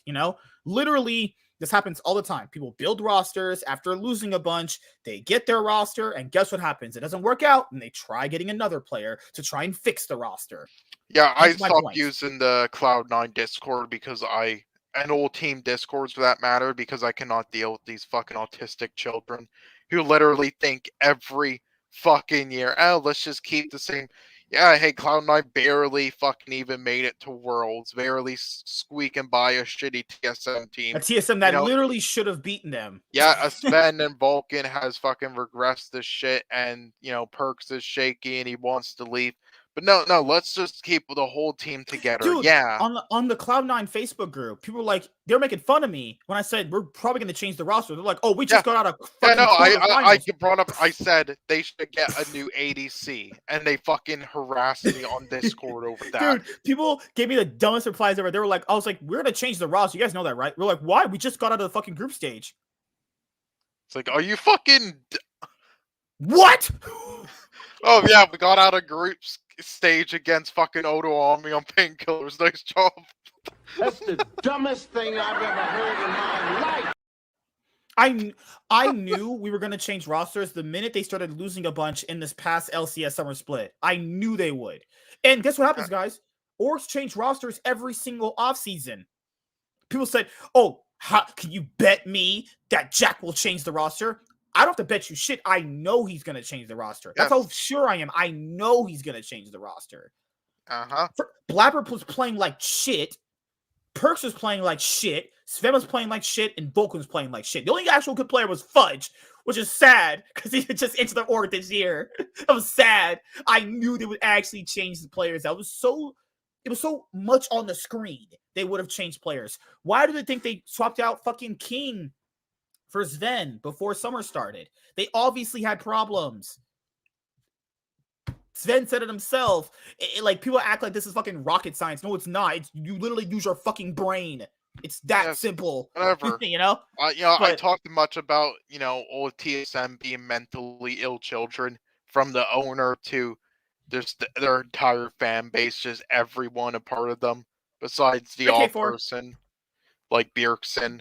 All right, so I'm not going to talk about them and like their Reddit and Discord and stuff, but just for the older people like in the fucking C9 Discord who literally fucking get weird with you for just saying, yeah, we should change our ADC up. Sven has regressed and not been that probably, well. Potentially, it's not even that I think we should change Blabber. I just brought up the fact that I think we're going to change the roster. Yeah, if you get weird over that, you're fucking stupid, right? These are the same people who literally, like, again, the thing is, like, League fans, it's like they're, I don't know, like, the age range, whether they're, like, fucking, like, 4 years old, the age range, most of these fucking fans, but they sure do act like it. But yeah, they're like the type of people who, like, if you say, a player has certain issues, but they could fix them in spring, and they still have those issues in spring, but their team ends up like winning the split, then they'll try to say you were wrong, even though them winning the split has literally nothing to do with the fucking player. You see, Matthew, I don't know if it's like that. It's kind of like, how would I say this though? C9 fans are pretty much good with anything the org does, which is not a bad thing. They've earned that. They've earned for the fact that their fans should be cool with like anything they do. They always prove themselves. They win titles. But the thing here is like C9 fans, what I've noticed, because I'm a Cloud9 fan myself, I love Cloud9 actually. Cloud9 fans get so attached to the players. It's like, I don't understand it though. A lot of people do that. But Cloud9 fans, what I've noticed is that they get so attached to the players. It's like, that player's going to get kicked eventually, right? Or the org's going to swap. Like, when Sneaky got swapped out. I'm like, you guys, why we get... He was like, oh my God, Sneaky's the only reason why I watched the LCS. Yeah, I know these fucking fans. Like, imagine cheering for a fucking org, laughing my ass off. Sneaky #1. It's like, I don't get why Cloud9 fans get so attached to players. It's like, eventually that player is going to leave the org or they go to another team. That's it, or they retire. That's it. I never get attached like that to players. Why? Well, at some point they're going to be gone. Yeah, that's why if I decide to buy a player jersey, which I collect a lot of Cloud9 player jerseys, I have one of most of them, honestly. Like, there's only a few I don't. Like, I don't have a Niski one, I don't have a Zazel one, I don't have a Svenskeren one. But for the most part, however, the way I go with it is, outside of perks, which I just did because, he's like the greatest Western player of all time, so I just got his of a Cloud9 jersey just because that's cool. But outside of that, I always at least wait the second year to get a jersey of a player I like, because I know, I'm not retarded and that attached to players. They could get kicked like in a short of a year, so I'm not gonna waste my money like that. I at least stay multi-years and I'll get a jersey of them. Like, I'm not going to be completely attached until they actually prove their worth, that they're going to stay on the team for long. Like, yeah, like they just find their way to complain about everything. Now, so some dude on Reddit, when because I share these to the Cloud9 subreddit, because it's in the name, because you know what this guy told me? He was like, all you do is fucking complain. And I was like, give me an example. He was like, well, you guys don't really say anything concrete in your shows. All you do is complain. That's not complaining if we're giving genuine analysis. Like, C9 were playing really bad in the LCS 2021 summer split, right? Regular season. And I was literally going over in the shows, in-depth plays that they actually played bad. This guy's like, you're just complaining.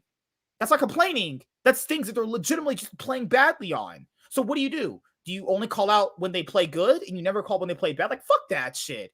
That's not a fan when you only call when they play good. What about when they play bad? We just ignore that shit? No. I call it out the same way. If they play good, I'll say they play good. If they play bad, I say they play bad. That's simple.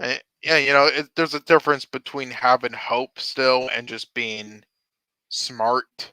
At least, fucking... dude, the people attached to Sneaky were the worst. They were actually incels. My God, dude. Yes, like Those are some of the let me weirdest tell you, motherfuckers ever. I always had hope of Cloud9 from 2013 to 2018, despite despite all the fucking issues like they had like for say like 2018 summer and 2015 summer. I always had hope and promised that they would still make it to Worlds, and they did. All right, but I'm still not retarded. All right, like yeah, the odds of it was still unlikely. Like Yeah, holy like fuck. I just don't understand why get so attached to a player. Like eventually they were gonna get a new ADC, or he simply just retires, or he goes to another org. That was gonna happen eventually. No, he was destined to play for this org. Yeah, But says like who? God. Says who? You know, like says who? Yeah, you're right. It's like he played on the org for like what fucking like 8 years. Like that is A impressive long time. enough. Like that's the thing though. He played on C9 since 2013. He's put that's like Yes. because there's 2 splits a year, right? So it's 2, and he Yes, stopped playing on 2019. that's impressive enough. He All doesn't those need to world play on here. appearances, all those world Yes, appearances, playoffs, yes, semifinals, that is quarterfinals. legendary, and yeah, Yeah. legendary franchise player. But here's the thing, guys. That happens like fucking so In rare. traditional sports all the time. It literally happens in traditional sports all the time. When you Yeah, keep a like player for a long time, he's just synonymous with your org. That's yeah, just like you know. yeah, the only time, like seriously, the only Yeah, other the only player. exceptions are Faker and Bjergsen and Uzi and No, Rookie. Those are the only other players. Bjergsen not even anymore. Not anymore. Or Yeah, but he Uzi. played for TSM for a very, very long time. Or And TSM fans were Uzi like, anymore. Or Uzi. yeah, because TSM fans, they were like, why is Bjergsen leaving? They offered him a lot of money. He already did everything he possibly could for TSM. Yeah, Everything. it's literally just Faker who's played on like one team for his whole career. All right. And hopefully Rookie will be that way for IG if he resigns this year. I hope, but I think he's leaving. The Shy left. I don't think there's any reason for him to stay at this point. You know? Yeah, no. Ning said he's not playing either because, you know, orgs with a lot of money have bad teams. Yeah, like I think Ming, you said is leaving. Who? Ning. He said he's not playing the split. Oh, okay. But yeah, I think Ming on EDG. I don't Ming know. on RNG. Yeah. He's been playing on there forever, actually. Oh, You're right. Sorry, not Main. Sorry, who's the one guy who's the support for EDG? Sorry. EDG. Oh, Mako and Scout. Yeah, Mako. Hasn't he haven't they played on there He's for been their there for whole careers? Mako's been there since 2015, actually. Yeah. He's been there forever. I'm saying, I'm trying to think. Have they played on there for their whole careers? Though? Scout's been there for his whole career. He's been on EDG just as long as Mako. Yeah. So those two could happen with those two. But yeah, like it doesn't it happens like fucking like 1% of the time, literally 1 out of like 99 players. That happens. Or you gotta factor this in too. Like Sneaky's so there's 2 splits in a year, right? 2 times how many years did he play on Cloud9? He played on Cloud9 until 2019. So it's 2013, 14, 15, 16, 17, 18, 19. So you have 2 times 7. 14, right? He played on Cloud9 for 14 splits in a row. Yeah. In a row. And he went to Worlds 7 times in a row with the org.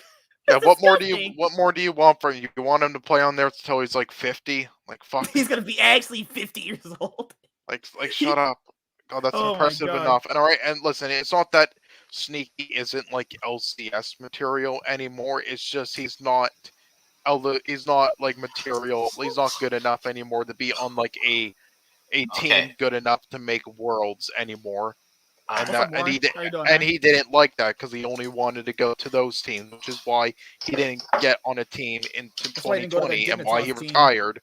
Yeah, like he could have got on Dignitas, but he decided not to. To be fair, like, what does he have to prove in his career anymore? He's the most successful ADC in LCS history internationally.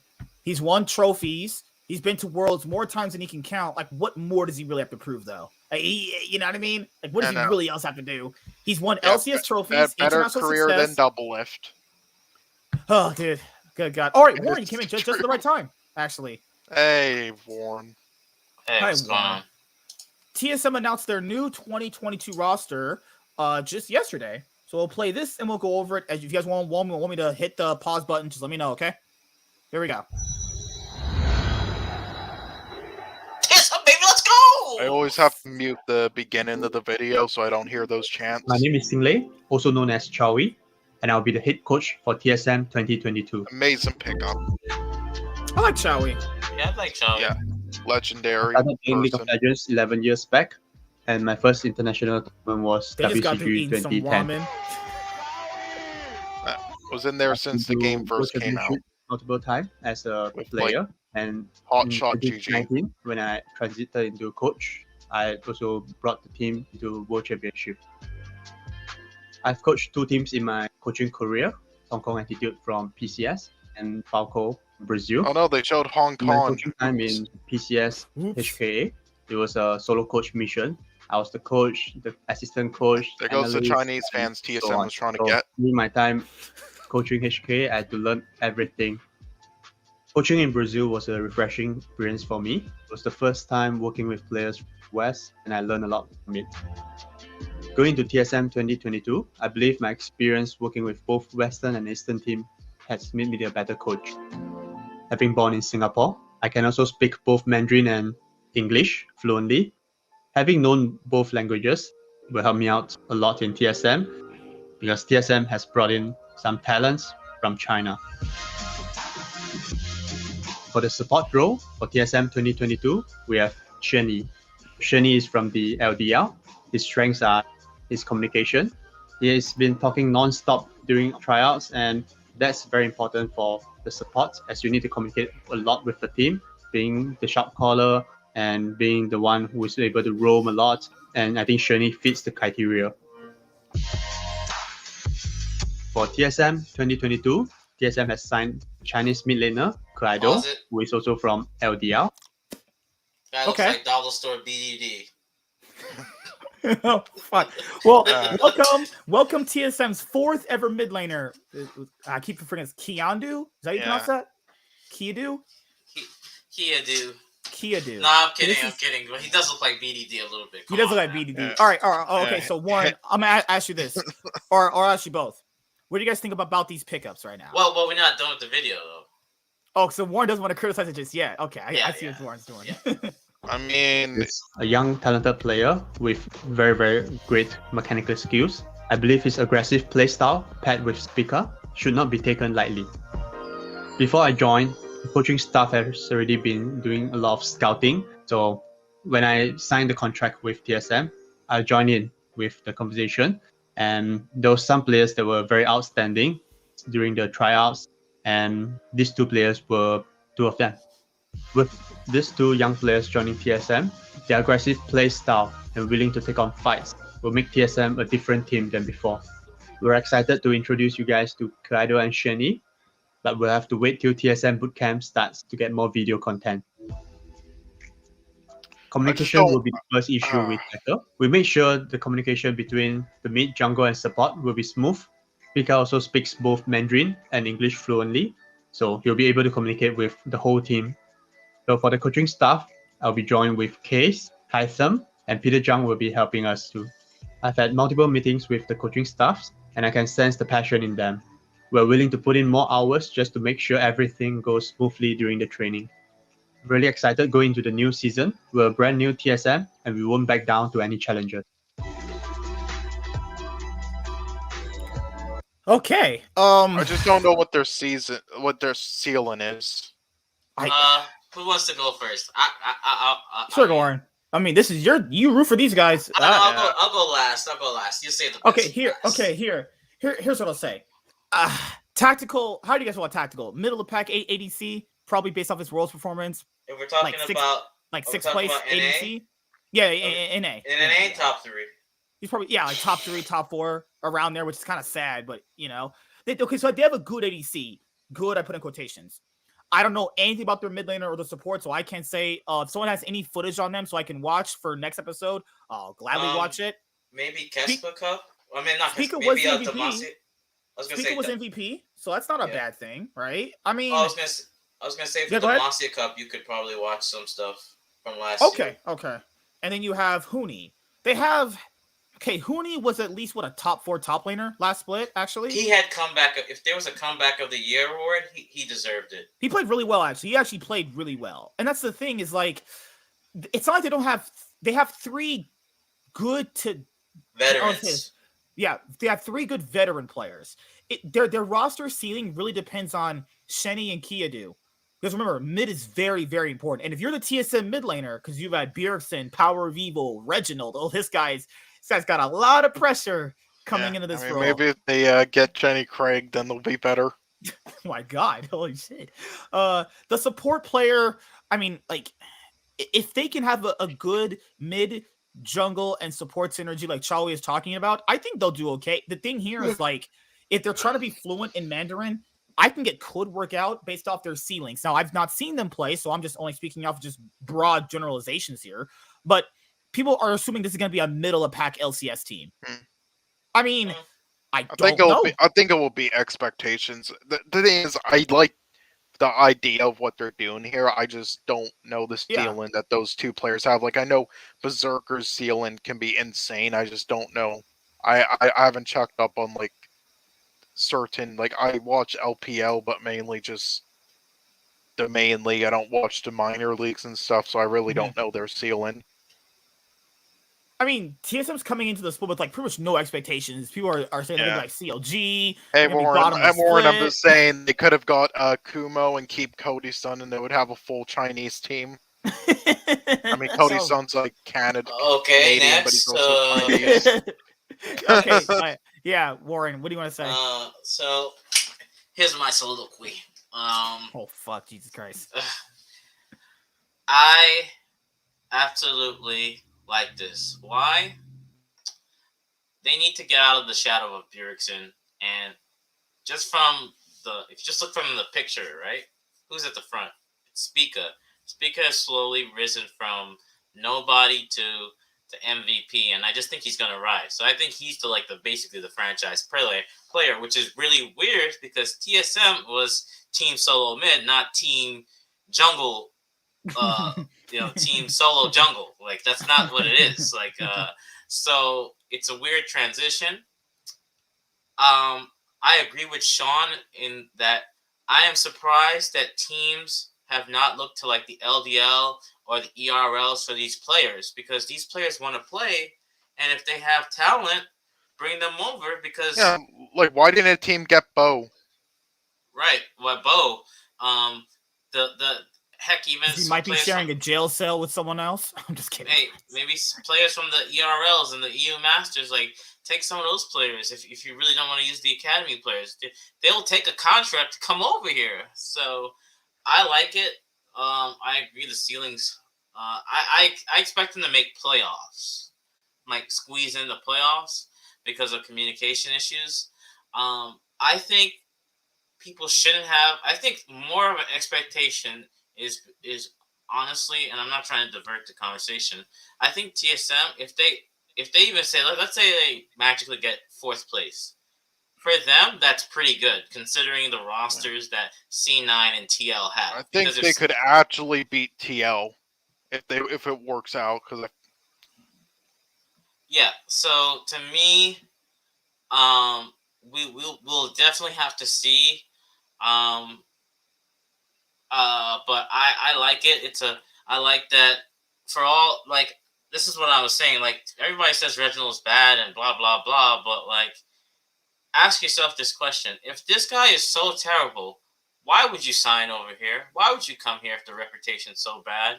Like that's like saying you're in an abusive relationship. Oh, my boyfriend beats me and I want to leave, but I'll go back to him. Like, come on, like, what are you doing with your life right there? Like, well, I mean, that's what Loco Doco does with Reginald. So, it's like, he might be a special case. I'll say that. So you know what I mean? It's like, if, like, these players clearly they have talent, and I'm sure other teams reached out to them too. Like, let's be real. Like, off season is anybody's market, and China's not cheap.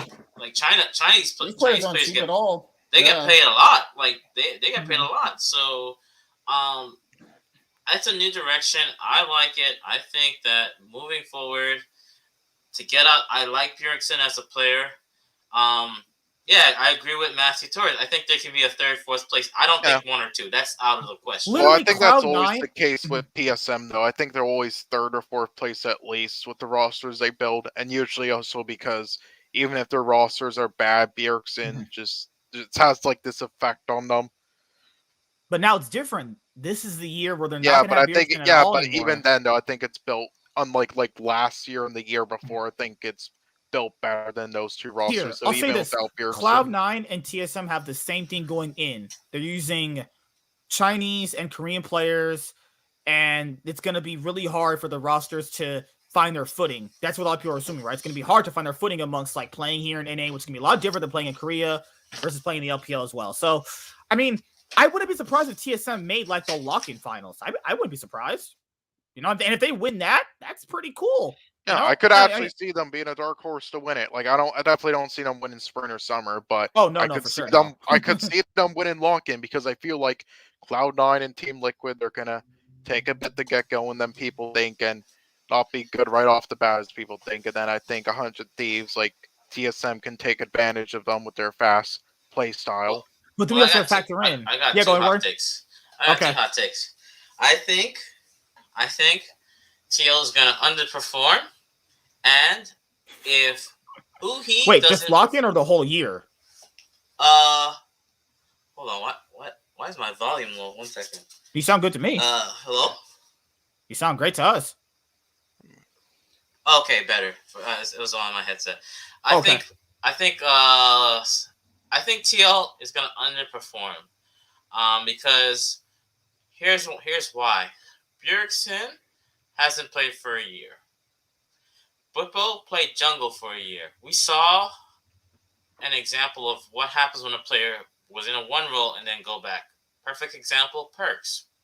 He hasn't been the same, and I'm sure he's gotten all the kinks now. And I bet you this year in LEC he'll play better. Pop off, yeah. Mm-hmm. Yeah, he's gonna pop off. So I think they're gonna underperform a little bit. Not like they're not gonna be a last place team. That's silly. But for sure, no. No, they're not a last place team. But I do agree with you. I think we've had the same mindset. Like Bwipo and Bjergsen have very completely different ways to play the game. Yeah, very different. Right. Bwipo always calls up his jungler. We know this. Bjergsen always likes to rely on his jungler for help to get through certain instances. Not all the time, but you see my point, though. Right. Santorin's going to have to choose between playing through top side versus playing through more of like bot side. Hot Summer Core JJ, I think they'll be fine. They'll be fine. But the issue here is like, how do you even coach a team like that? Especially when one of your fucking mid laners was the head coach himself. Well, I mean, he said in the interview with Travis, this is the first time he'll be taking a back seat. Oh, you don't believe that, do you? Fuck, I mean, he's such a liar, dude. He said it with the Travis Gafford. I don't believe him, dude. Even though that's not his real name. Travis Gafford is not his real name, by the way. Is your name True Kane? Yes, it is.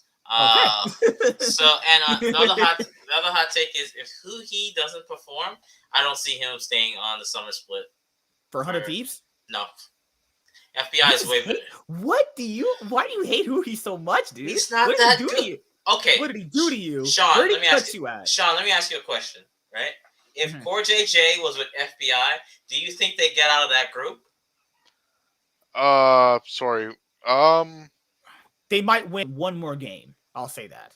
Yeah, I don't think they would make it out, but you don't think it make the roster stronger?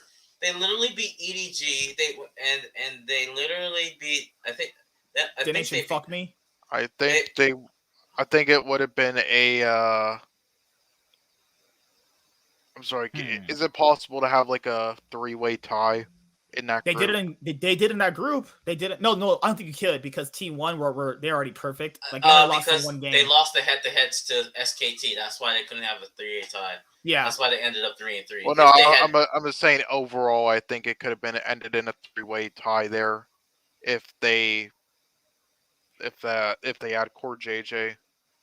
Right. But to be fair, he did beat Core JJ. Remember, he literally beat him when he was playing on Team Liquid earlier this year, and when they played in the finals. So I mean, but I do get your point. Like he would seem like a weak link to cut, but they're already trying to cut someday by having tenacity too. You know.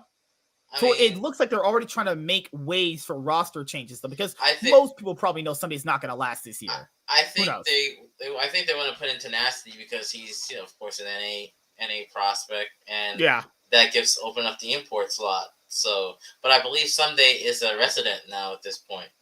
Oh yeah, he's been a resident for a while actually. So it doesn't even matter. But I just don't think he's the same. But those are my two takes. Yeah, no, I don't like Someday. I think TSM and Cloud9 have the same things going for them. They're going with these foreign rosters, with these foreign players that no one really knows about, and it might work out for them. I mean, to be fair, TSM and Cloud9 normally always, I'm not saying it's going to happen this year because it happened the previous years, but they normally always perform for the regular seasons though. They normally always do very decently well. But who knows? It might be bad for them this year, bringing all these unknown faces, these unknown players. But you have, foreign players who've never been to America except like Summit, right? But MSK, the thing is, I think C9 fans would be more disappointed in if they played bad than TSM fans. Like TSM coming with like almost no expectations. Yeah, I think TSM. This is the first year where people really can't bitch at them. Like they just can't because there's like their roster is literally built the way you can't bitch at them. I mean, Spica was the MVP for you. I mean, I had Abadage. I don't know who had Sean for who's the MVP last split. We were doing it. Who's your for MVP of the summer? I think my friend at FBI, and I was like, that's a pretty fine pick there. Who's your MVP? For MVP, God, I don't know. That's hard because I don't really think any of them quite deserved MVP. Same thing with Spring. Like, because that's my thing is like with the TSM roster, you have Tactical, who is like not by the bet. Like he's the top 4 ADC, right? Quotations, right? Top 4. I would have gave it the top 3 jungler. Like you speak of top 3 jungler, they have a top 4 ADC, they have a top 4 top laner. It's very possible just those 3 players alone could carry them. That's possible. But then again, to do well, you need a good mid laner, though. And I don't know how good this new guy is. Who knows? He might be good. Who knows? He might be fantastic. And that'd be good for them. But with Cloud9 as well. It's like Cloud9 had the same thing with Fudge, the same issue. It's like people say, oh, Fudge will play well in mid because I believe in him. That guy, that's not how that shit works. I'm telling you right now, it's flat out not how that works. He could just come out and just be fucking trash. But he could also come out and be fucking amazing. Yeah, see how that works? It could go out both ways. That's the thing. They literally have like the same parallels of Cloud and TSM coming up for this year. And it's exciting though. I like seeing these kind of things. I want these things for quite some time. Now, fans will bitch and moan when it doesn't work out. You guys know the same shit I'm going to say. Midway through the season, it's not going to work out. They're going to be losing like some games. Fans are like, oh my God, cut this player. It's like, bring back Mikyx. Bring back Mikyx. It always happens. So, I mean, I'm excited for this. It's a cool, different route. I like this. Cloud and TSM having like mirror parallels to each other. The Team Liquid roster, I think the 100 Thieves roster will be better out the gate because, synergy. The one with Bjergsen with Team Liquid, it's hard to say. Like, I just don't see Bwipo and Bjergsen working out long term. I just don't. I know right now everyone's in like their honeymoon phases because, they just got their newest teams. Let's see them keep the same tune midway through the split when they're on like a 5-game losing streak. Let's see them keep the exact same tune. I think what will be the determining factor if players even stay or whatever, if Team Liquid doesn't make Worlds, that roster's getting that's getting discombobulated. I think it's actually a possibility. That's great. That'd be because Hod Solom is amazing, but he doesn't have the best champion pool. Yeah, he only really plays like 2 champions exceptionally. Poor JJ could regress.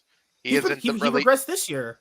I don't think he might not be the best support anymore, and Santorin isn't great. Bjergsen might not come into his own as much anymore.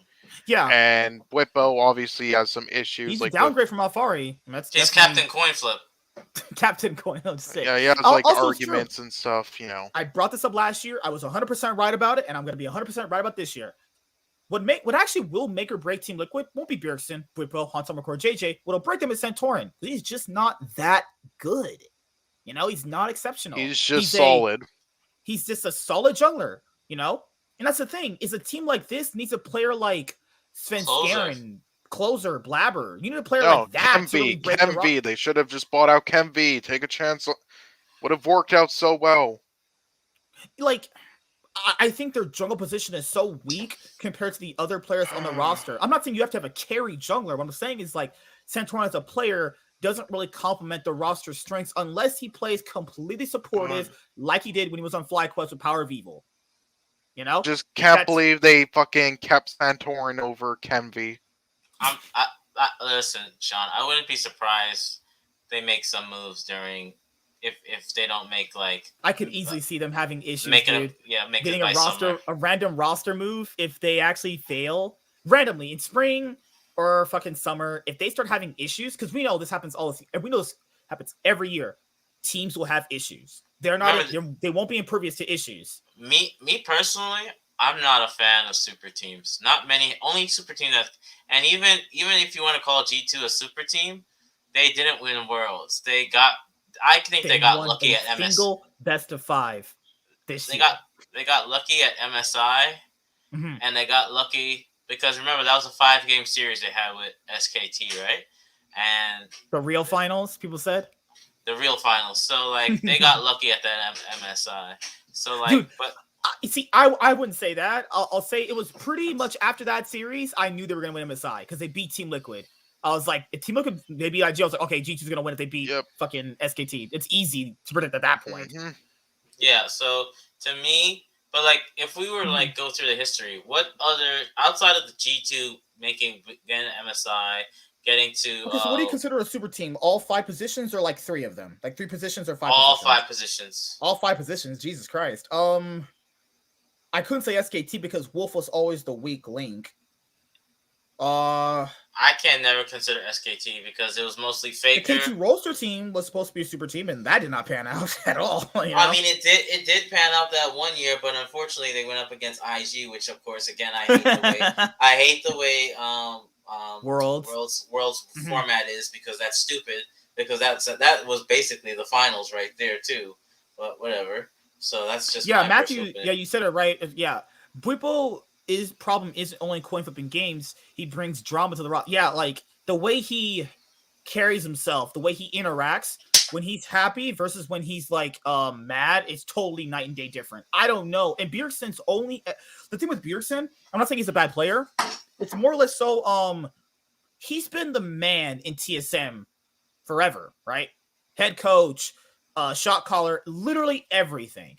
He's gonna come to a new org where he's pretty much the new guy, and he's not gonna have all that much of a swaying power. I'm not saying that will not eventually happen, but with these guys, it's like he has to prove himself to these guys. It's a completely different story for Bjergsen this year, right? Now, coming to a player like Bwipo Hansama, who were like just at Worlds, Santar was just at Worlds, of course, JJ just at Worlds too. It's like, well, why should I really listen to this guy? It's gonna be it's like because you guys have seen Suicide Squad, right? Yeah, it's gonna be a weird dynamic, like in Suicide Squad. Remember how you had Peacemaker and Bloodsport? That's like dick measuring contest. It's like I just don't see a world where Bwipo and Bjergsen will get along in game, not outside the game. Outside the game, they might be fine, but they're the way they play the game is going to be vastly different. Who does TL play to? What is their play style going to be? I mean, we won't know until we actually see them play games. But those are just the questions that I bring up. Anything else you guys want to say about TSM's roster? Oh, the whole coaching staff with TSM is what I'll bring up too, because everyone said, well, with their coaching staff, who knows what they're really going to fucking do? Reginald always switches up anyway. I didn't have a problem. I like all of them. Yeah, they have a pretty stacked coaching staff. I just wish they got rid of Parth as a general manager, but that's just my that'll never happen. Yeah, that'll never happen. Oh, Matthew has a question.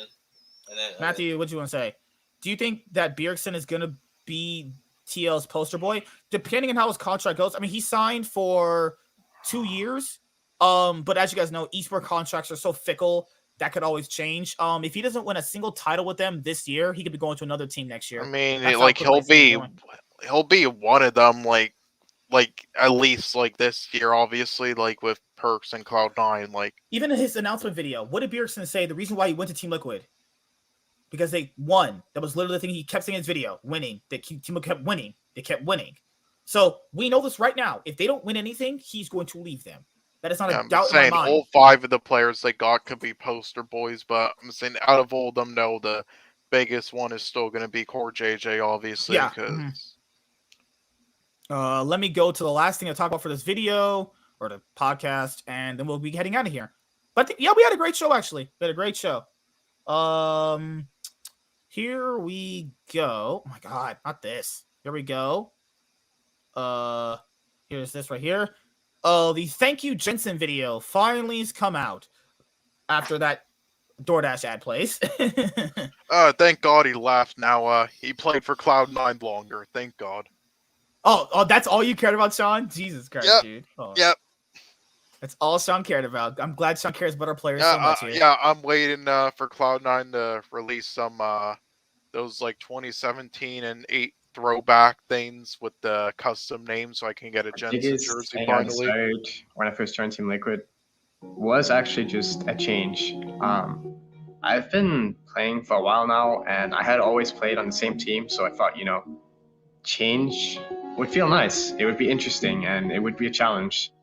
It was the first time for me to try something new, so just that whole experience in itself was kind of like a crazy concept to me at the beginning, because it was something I had never tried before. It was like stepping into like something completely new, and I had no idea what to expect from it. But I'm happy. What you expected is not making it out of groups.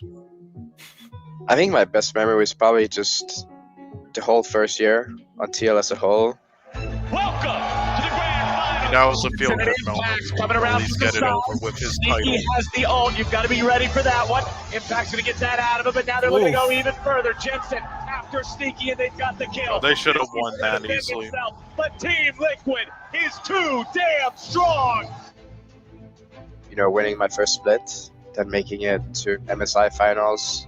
The 12.5-minute mark, that bottom tower is going to Jensen gets a solo kill onto Caps. When we beat IG, and oh my gosh, that was actually, I think, the you mean when you witnessed IG IG throwing? Ever went at an international. Sean is just going off, and you were a core part of You that. can tell Sean's the type of person to punch his girlfriend during sex. He seals his fate. I thought I would never say it again, but I never doubted them. That was so cringe. Yeah, you It did. was just a lot of good time, a lot of good friends.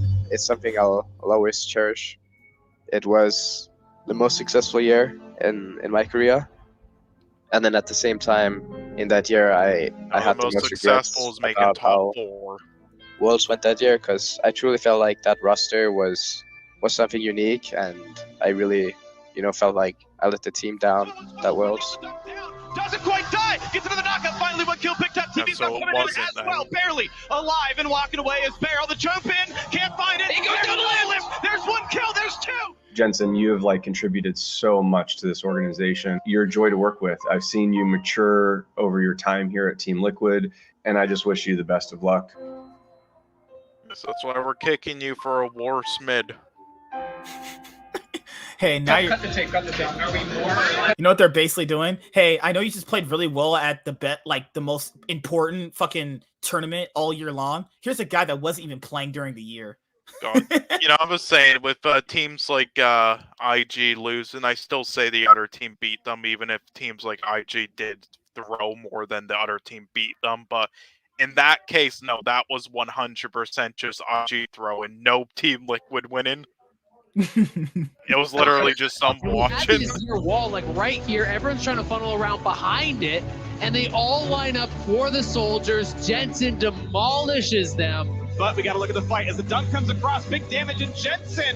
He's going to stay alive. Finds him a double kill and walks right back out. And Wow, they beat the best mid-triple. There's the quadra. He's going to stay alive. He cannot find the penta, but it's still a team fight one with some heroics from Jensen. Flash forward, that's going to be the gold card. Dash back or safety flash forward again, looking for the real LeBlanc, and they're going to pick the wrong. Oh, nice. Okay, nice. C9 just doesn't stop. They're going for the dive yet again. This time onto Alfari. This time it doesn't work. Blabber is denied. Jensen is here. Alfari's still going to be your target, but it still will not matter. Damage, but now that he is 6, of course, Vulcan. Oh my word, that Alfari's just gone. What a setup burst. It's been a crazy 3 years with a lot of ups and downs. Damn. I don't really have too many regrets about all the things that have happened.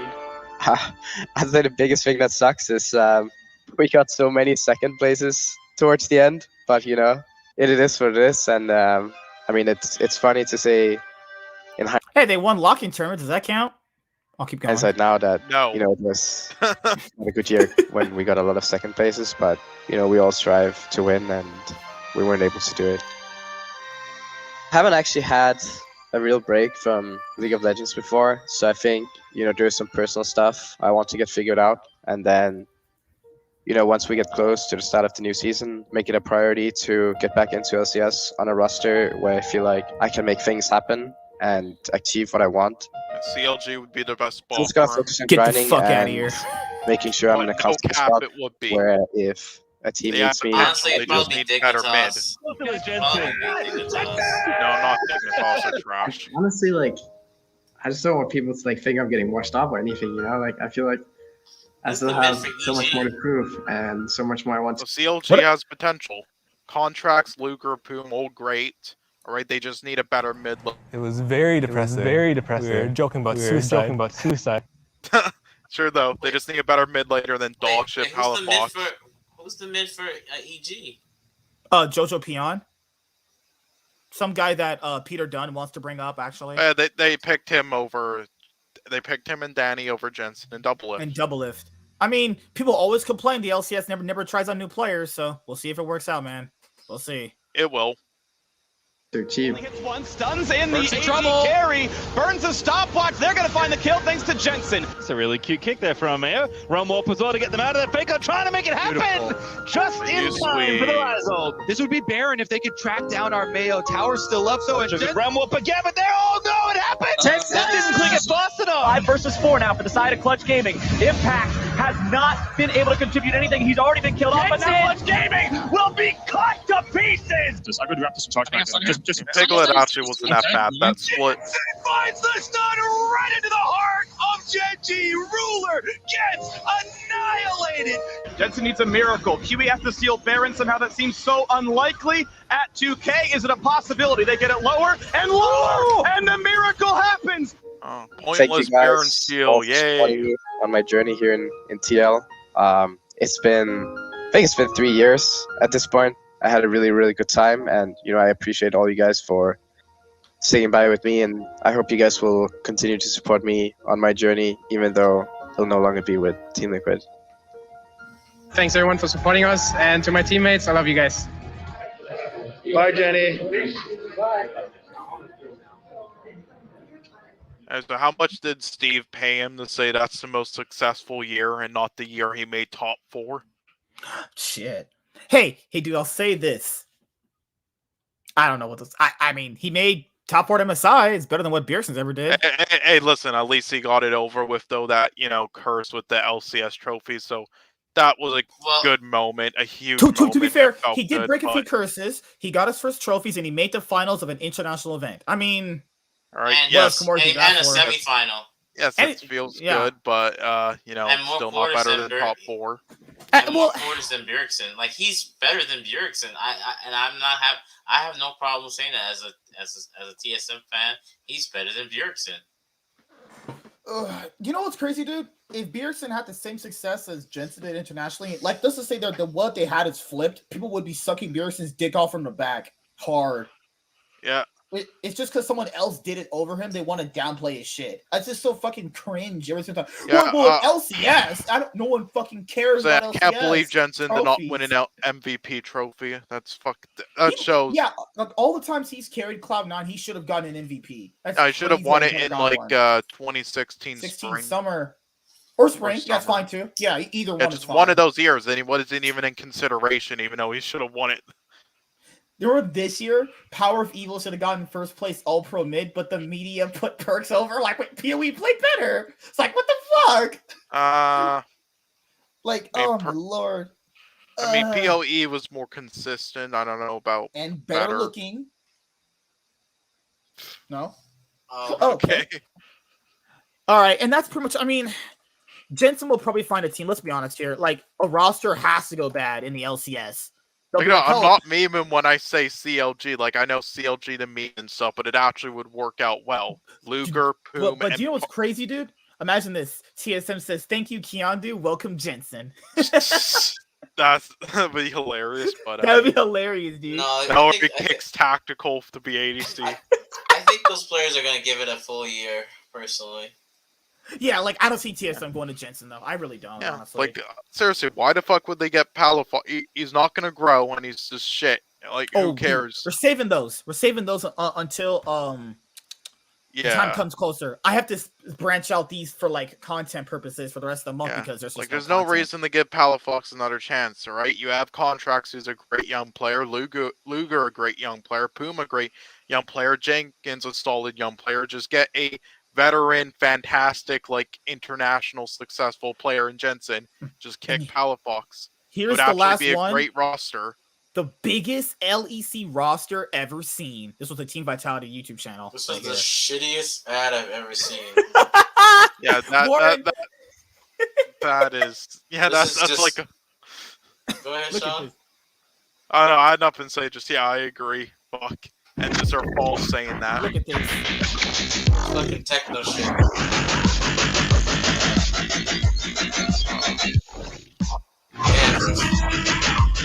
This isn't the biggest LEC roster I've ever seen. They're on drugs. Yeah, let me scream in front of the screen. Like, yeah, I think I think the I think the Sven roster and the fucking Caps rosters are the most.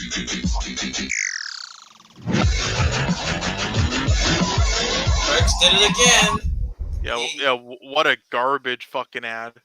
That's the worst ad ever. But the team, I don't know. Like, I feel like LEC just went into regression.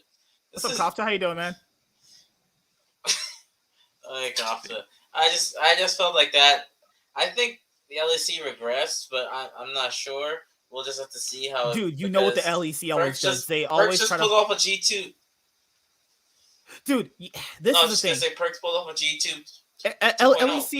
LEC always try to fucking index on, new talent, trying to find diamonds in the road all the time. They're going to do it every single year. Now, they said Team Vitality is done with doing their fucking 9th and 10th place finishes.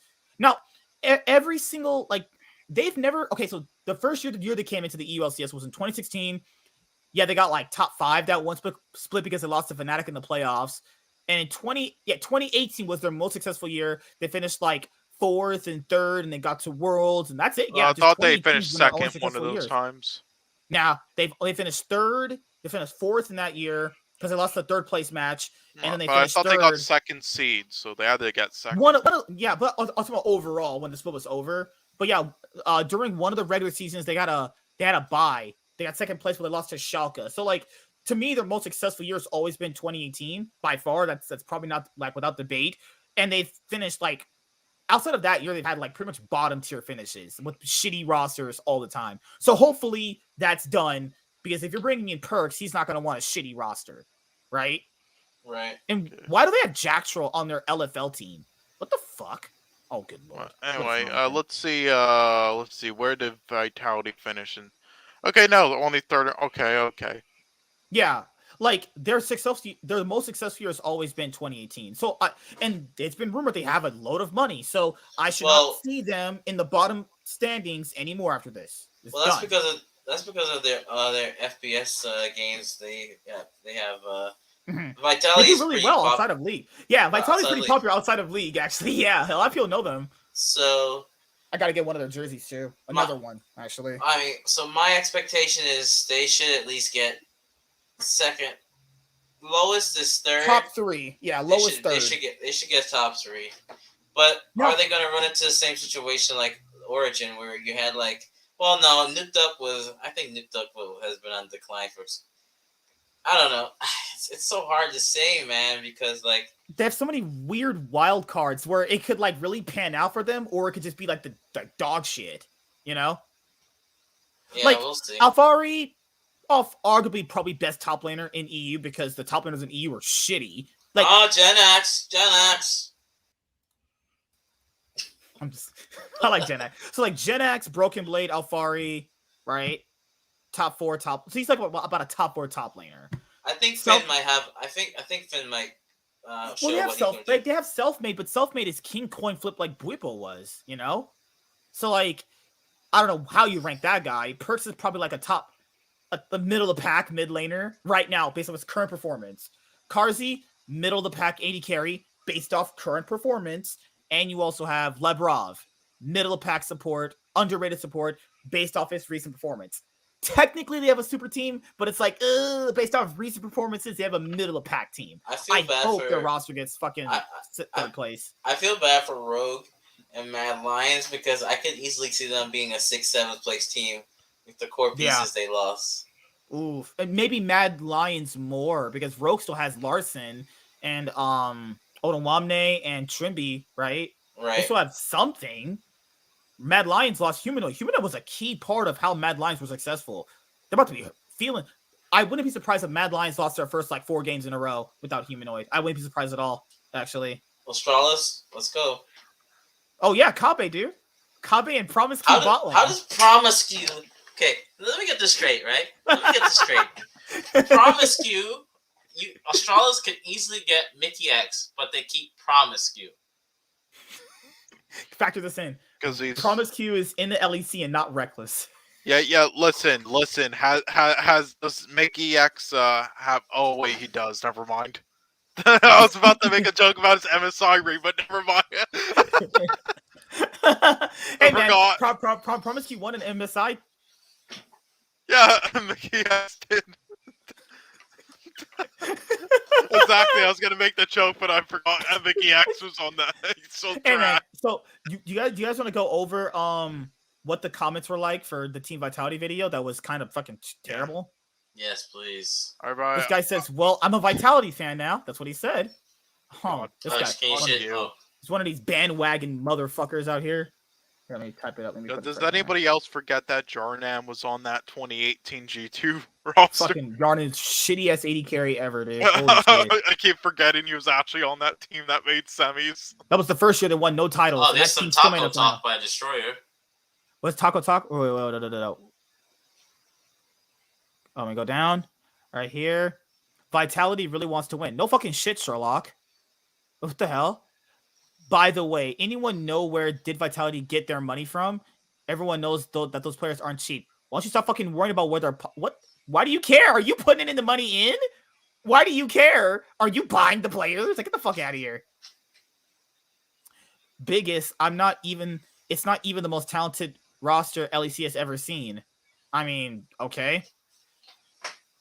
Caps. Oh yeah, you have Caps versus Perks again. That is kind of hype. That's kind of hype though. Well, wait, it's not wrong, MSK. It's not the biggest. Yeah, it's definitely not. Maybe best roster ever. Who knows? But for sure, it is so damn far from being a good announcement. It's better than any announcement they've ever had ever. We'll say that. In Perks we trust. If you understand of the game, you will know that this is not even a top 3 roster in the LEC this year. LS. Pretty underwhelming announcement vid for such a hype team, in my opinion. But then again, it's not like this was a surprise. Guess that's true. Let's hope this super team won't super choke. That's true. That's true. That is factual. This will burn. Nothing will ever top 2019 G2. That's very hard to top considering that was like a one-time thing. So considering it was a one-time thing, it's probably very hard to top. Imagine being LeBron. Stay with that because honestly, GT was like the 4th best in the world at best. They just had a lot of things go their way to win MSI and to make finals at Worlds. I think I need to become a Vitality super fan really quickly. This looks epic from both editing and also seeing Parsi and Perks here is reason enough. Okay, this is like a fucking cocksucker. Like a good editing, really? Okay. Yeah, maybe you are a Vitality fan because you're fucking blind. What the actual fuck is this team of shitters, and why is Perks not in NA? What? What? Is that? Wait, what? That is satire. That is satire. Did your mom drop? No. Your mom make you do LSD? Question mark. There you go. I wonder how Vitality have the money to get such expensive players. Can anyone explain this to me? It's their money. I'm not explaining shit to you, poor ass motherfucker. This don't talk about nobody. All these fucking like boomers and zoomers, whoever in the fucking comments, they don't check up on the actual esports orgs to understand Vitality is actually a pretty good org with profitable when it comes to org, yeah. profitable, yes, and they like own in fucking CS:GO and Rocket League. If you paid that much for roster, please also paid for more for content creation. This is far from the tier 1 team's content. That's true. He's not lying. Give that a like. That has to be a like. There you go, dude. You get a like from me. Yeah, like Team Vitality's content for League has never been good. That's why I've never subscribed to their YouTube channel, because their content for League is pitiful. Like, I take a dump on that kind of content. I make better content in my sleep. But like, But it was on par with the Echo Fox video, like their very last video before. Remember the video before the Britney Spears just one? Just like we finished last. It sucks. Done. There's a video. Like, go look that up. It's the last video on their YouTube channel. Or the video of the Britney Spears one with Dark being toxic. Yeah, like holy shit, man. But yeah, guys. Yeah, I'll take the last few questions and then we're gonna be getting out of here. I would love to hear the stories in November next year when Selfmade and Alfari will have fist fights after scrims. Yeah, this is a roster where, like, if shit starts hitting the fan, I don't see it going their way. Well, what I want to see is when Adam and Upset face each other after whoever team wins. I want to know if they'll actually shake hands. They won't be shaking hands. Yeah, I want to see if they'll just move by, and I also want to know if, like, the whole team will, like, pass over him, like, they'll tell him beforehand, yo, after we win, don't shake his hand, or if they'll just be the one guy. Oh yeah, that's gonna be Adam versus Upset's gonna be hype. Perks versus Caps is gonna be hype. There's some really interesting rivalries in the LEC. Or they could shake their hands and just do like what No Tail did in Dota 2. Remember Fuji? Vitality's yearly super team meme. Vitality's yearly super team became a meme. I thought it would never happen at this point. They have the Renault money too. That's what I'm saying. He's a meme. I think that's why they wanted him. Like, good God. Selfmade literally is like, he's a good jungler, but the issue here is like he's kind of like what Forgiven was, like super high highs and low lows when it comes to like being an actual teammate that can propel his teammates further. You know, I just hope it works out. When are you gonna do like a ranking of the rosters for each when it's closer to when the split starts? Actually, yeah, we should do. I like doing. There's 3 more weeks left. We have to stretch out like some of the topics and content. Yeah. Right. Yeah, no, I know it's not going to be recent. Just sorry. We'll do probably LEC next week, and we'll probably do LCS, and then at that point, we'll probably do the actual split rankings after that. Okay. So we'll do like tier lists for LEC, and just do all LEC content for that next show. Did you want to do like overalls for players? For which ones? Well, for like in sports games overall, some of the same people have been doing it on recent years. Yeah, just tell me what it is after we get done, because we're done. I'm saying that could be a good idea. Like if you've seen I Will Dominate's video, something like that, like his rankings of players overall. I'm just kidding. If I was really like that, but yeah, guys, he makes great content. If there's any news that comes out, I will break it for you. If there's any other videos like about, break it to you 2 weeks later. Oh, I might actually do those reaction videos to like the LPL documentaries. I have ideas for content right now in the off season. So react to like G-Bay documentaries and stuff. That'd God, I'm throwing myself out a window. I love those videos. Actually, those are actually pretty good, pretty well made. Do you guys want to say anything before you guys have to head out? Actually, yes. The only thing I gotta say is I like the Gilius pickup by SK. Yeah, this man just is SK paying you to simp this hard for them? No. No. I just became a fan of that team. I don't know why. And I one thing I wanted to say is if you do those reaction things, then I have one suggestion for you. All right, react to that fucking God, what was the other team name? It was, I believe it might have, God, I'm trying to think like what the other team was. I know the first one, but it was something like Renegades versus like Team Impulse. Oh, they did that fucking cross-map shit. The one where literally 2 players died under the tower and then 2 players died. I watched that live. Not live in the LCS. I watched that live when it played. I just couldn't stop laughing. I laughed the entire game. I want you to react to that shit. That's easily like the worst professional game ever in the major regions. You need to react to that shit. You know what bad games to watch from EU? Rocat games back in the day. Those were awful. Those were some dog shit. Rocat developed some pretty damn good players. I mean, Yankos came from there. I mean, like after they had good rosters, there were some years where they were like the worst They thing to developed watch. many great players. They were basically like, what's a good example? It would be sort of like, yeah, sort of like FlyQuest or maybe, or like sort of like Cloud9, but just the opposite with their LCS team. They just didn't have like the funding and stuff and all that to like keep them around and to develop them to a higher level. But they develop a lot of good players who are a certain level, and then they sell them or whatever, or they go to other teams and then they fucking become amazing. Like many. Yeah, like Golden Guardians. Yeah, be a thing. No, that's the opposite. That's the fucking. They literally put oh, we're gonna develop all these rookies. Bro, you signed a bunch of fucking overagers. What are you talking about? And the 2 rookies you had, you like put them into retirement. Literally, Niles retired. Niles literally retired, dude. Holy shit! Fucking hell. Yeah, like if there's any news that comes out that I want to probably get in a big giant video and do it for you guys, I will do that.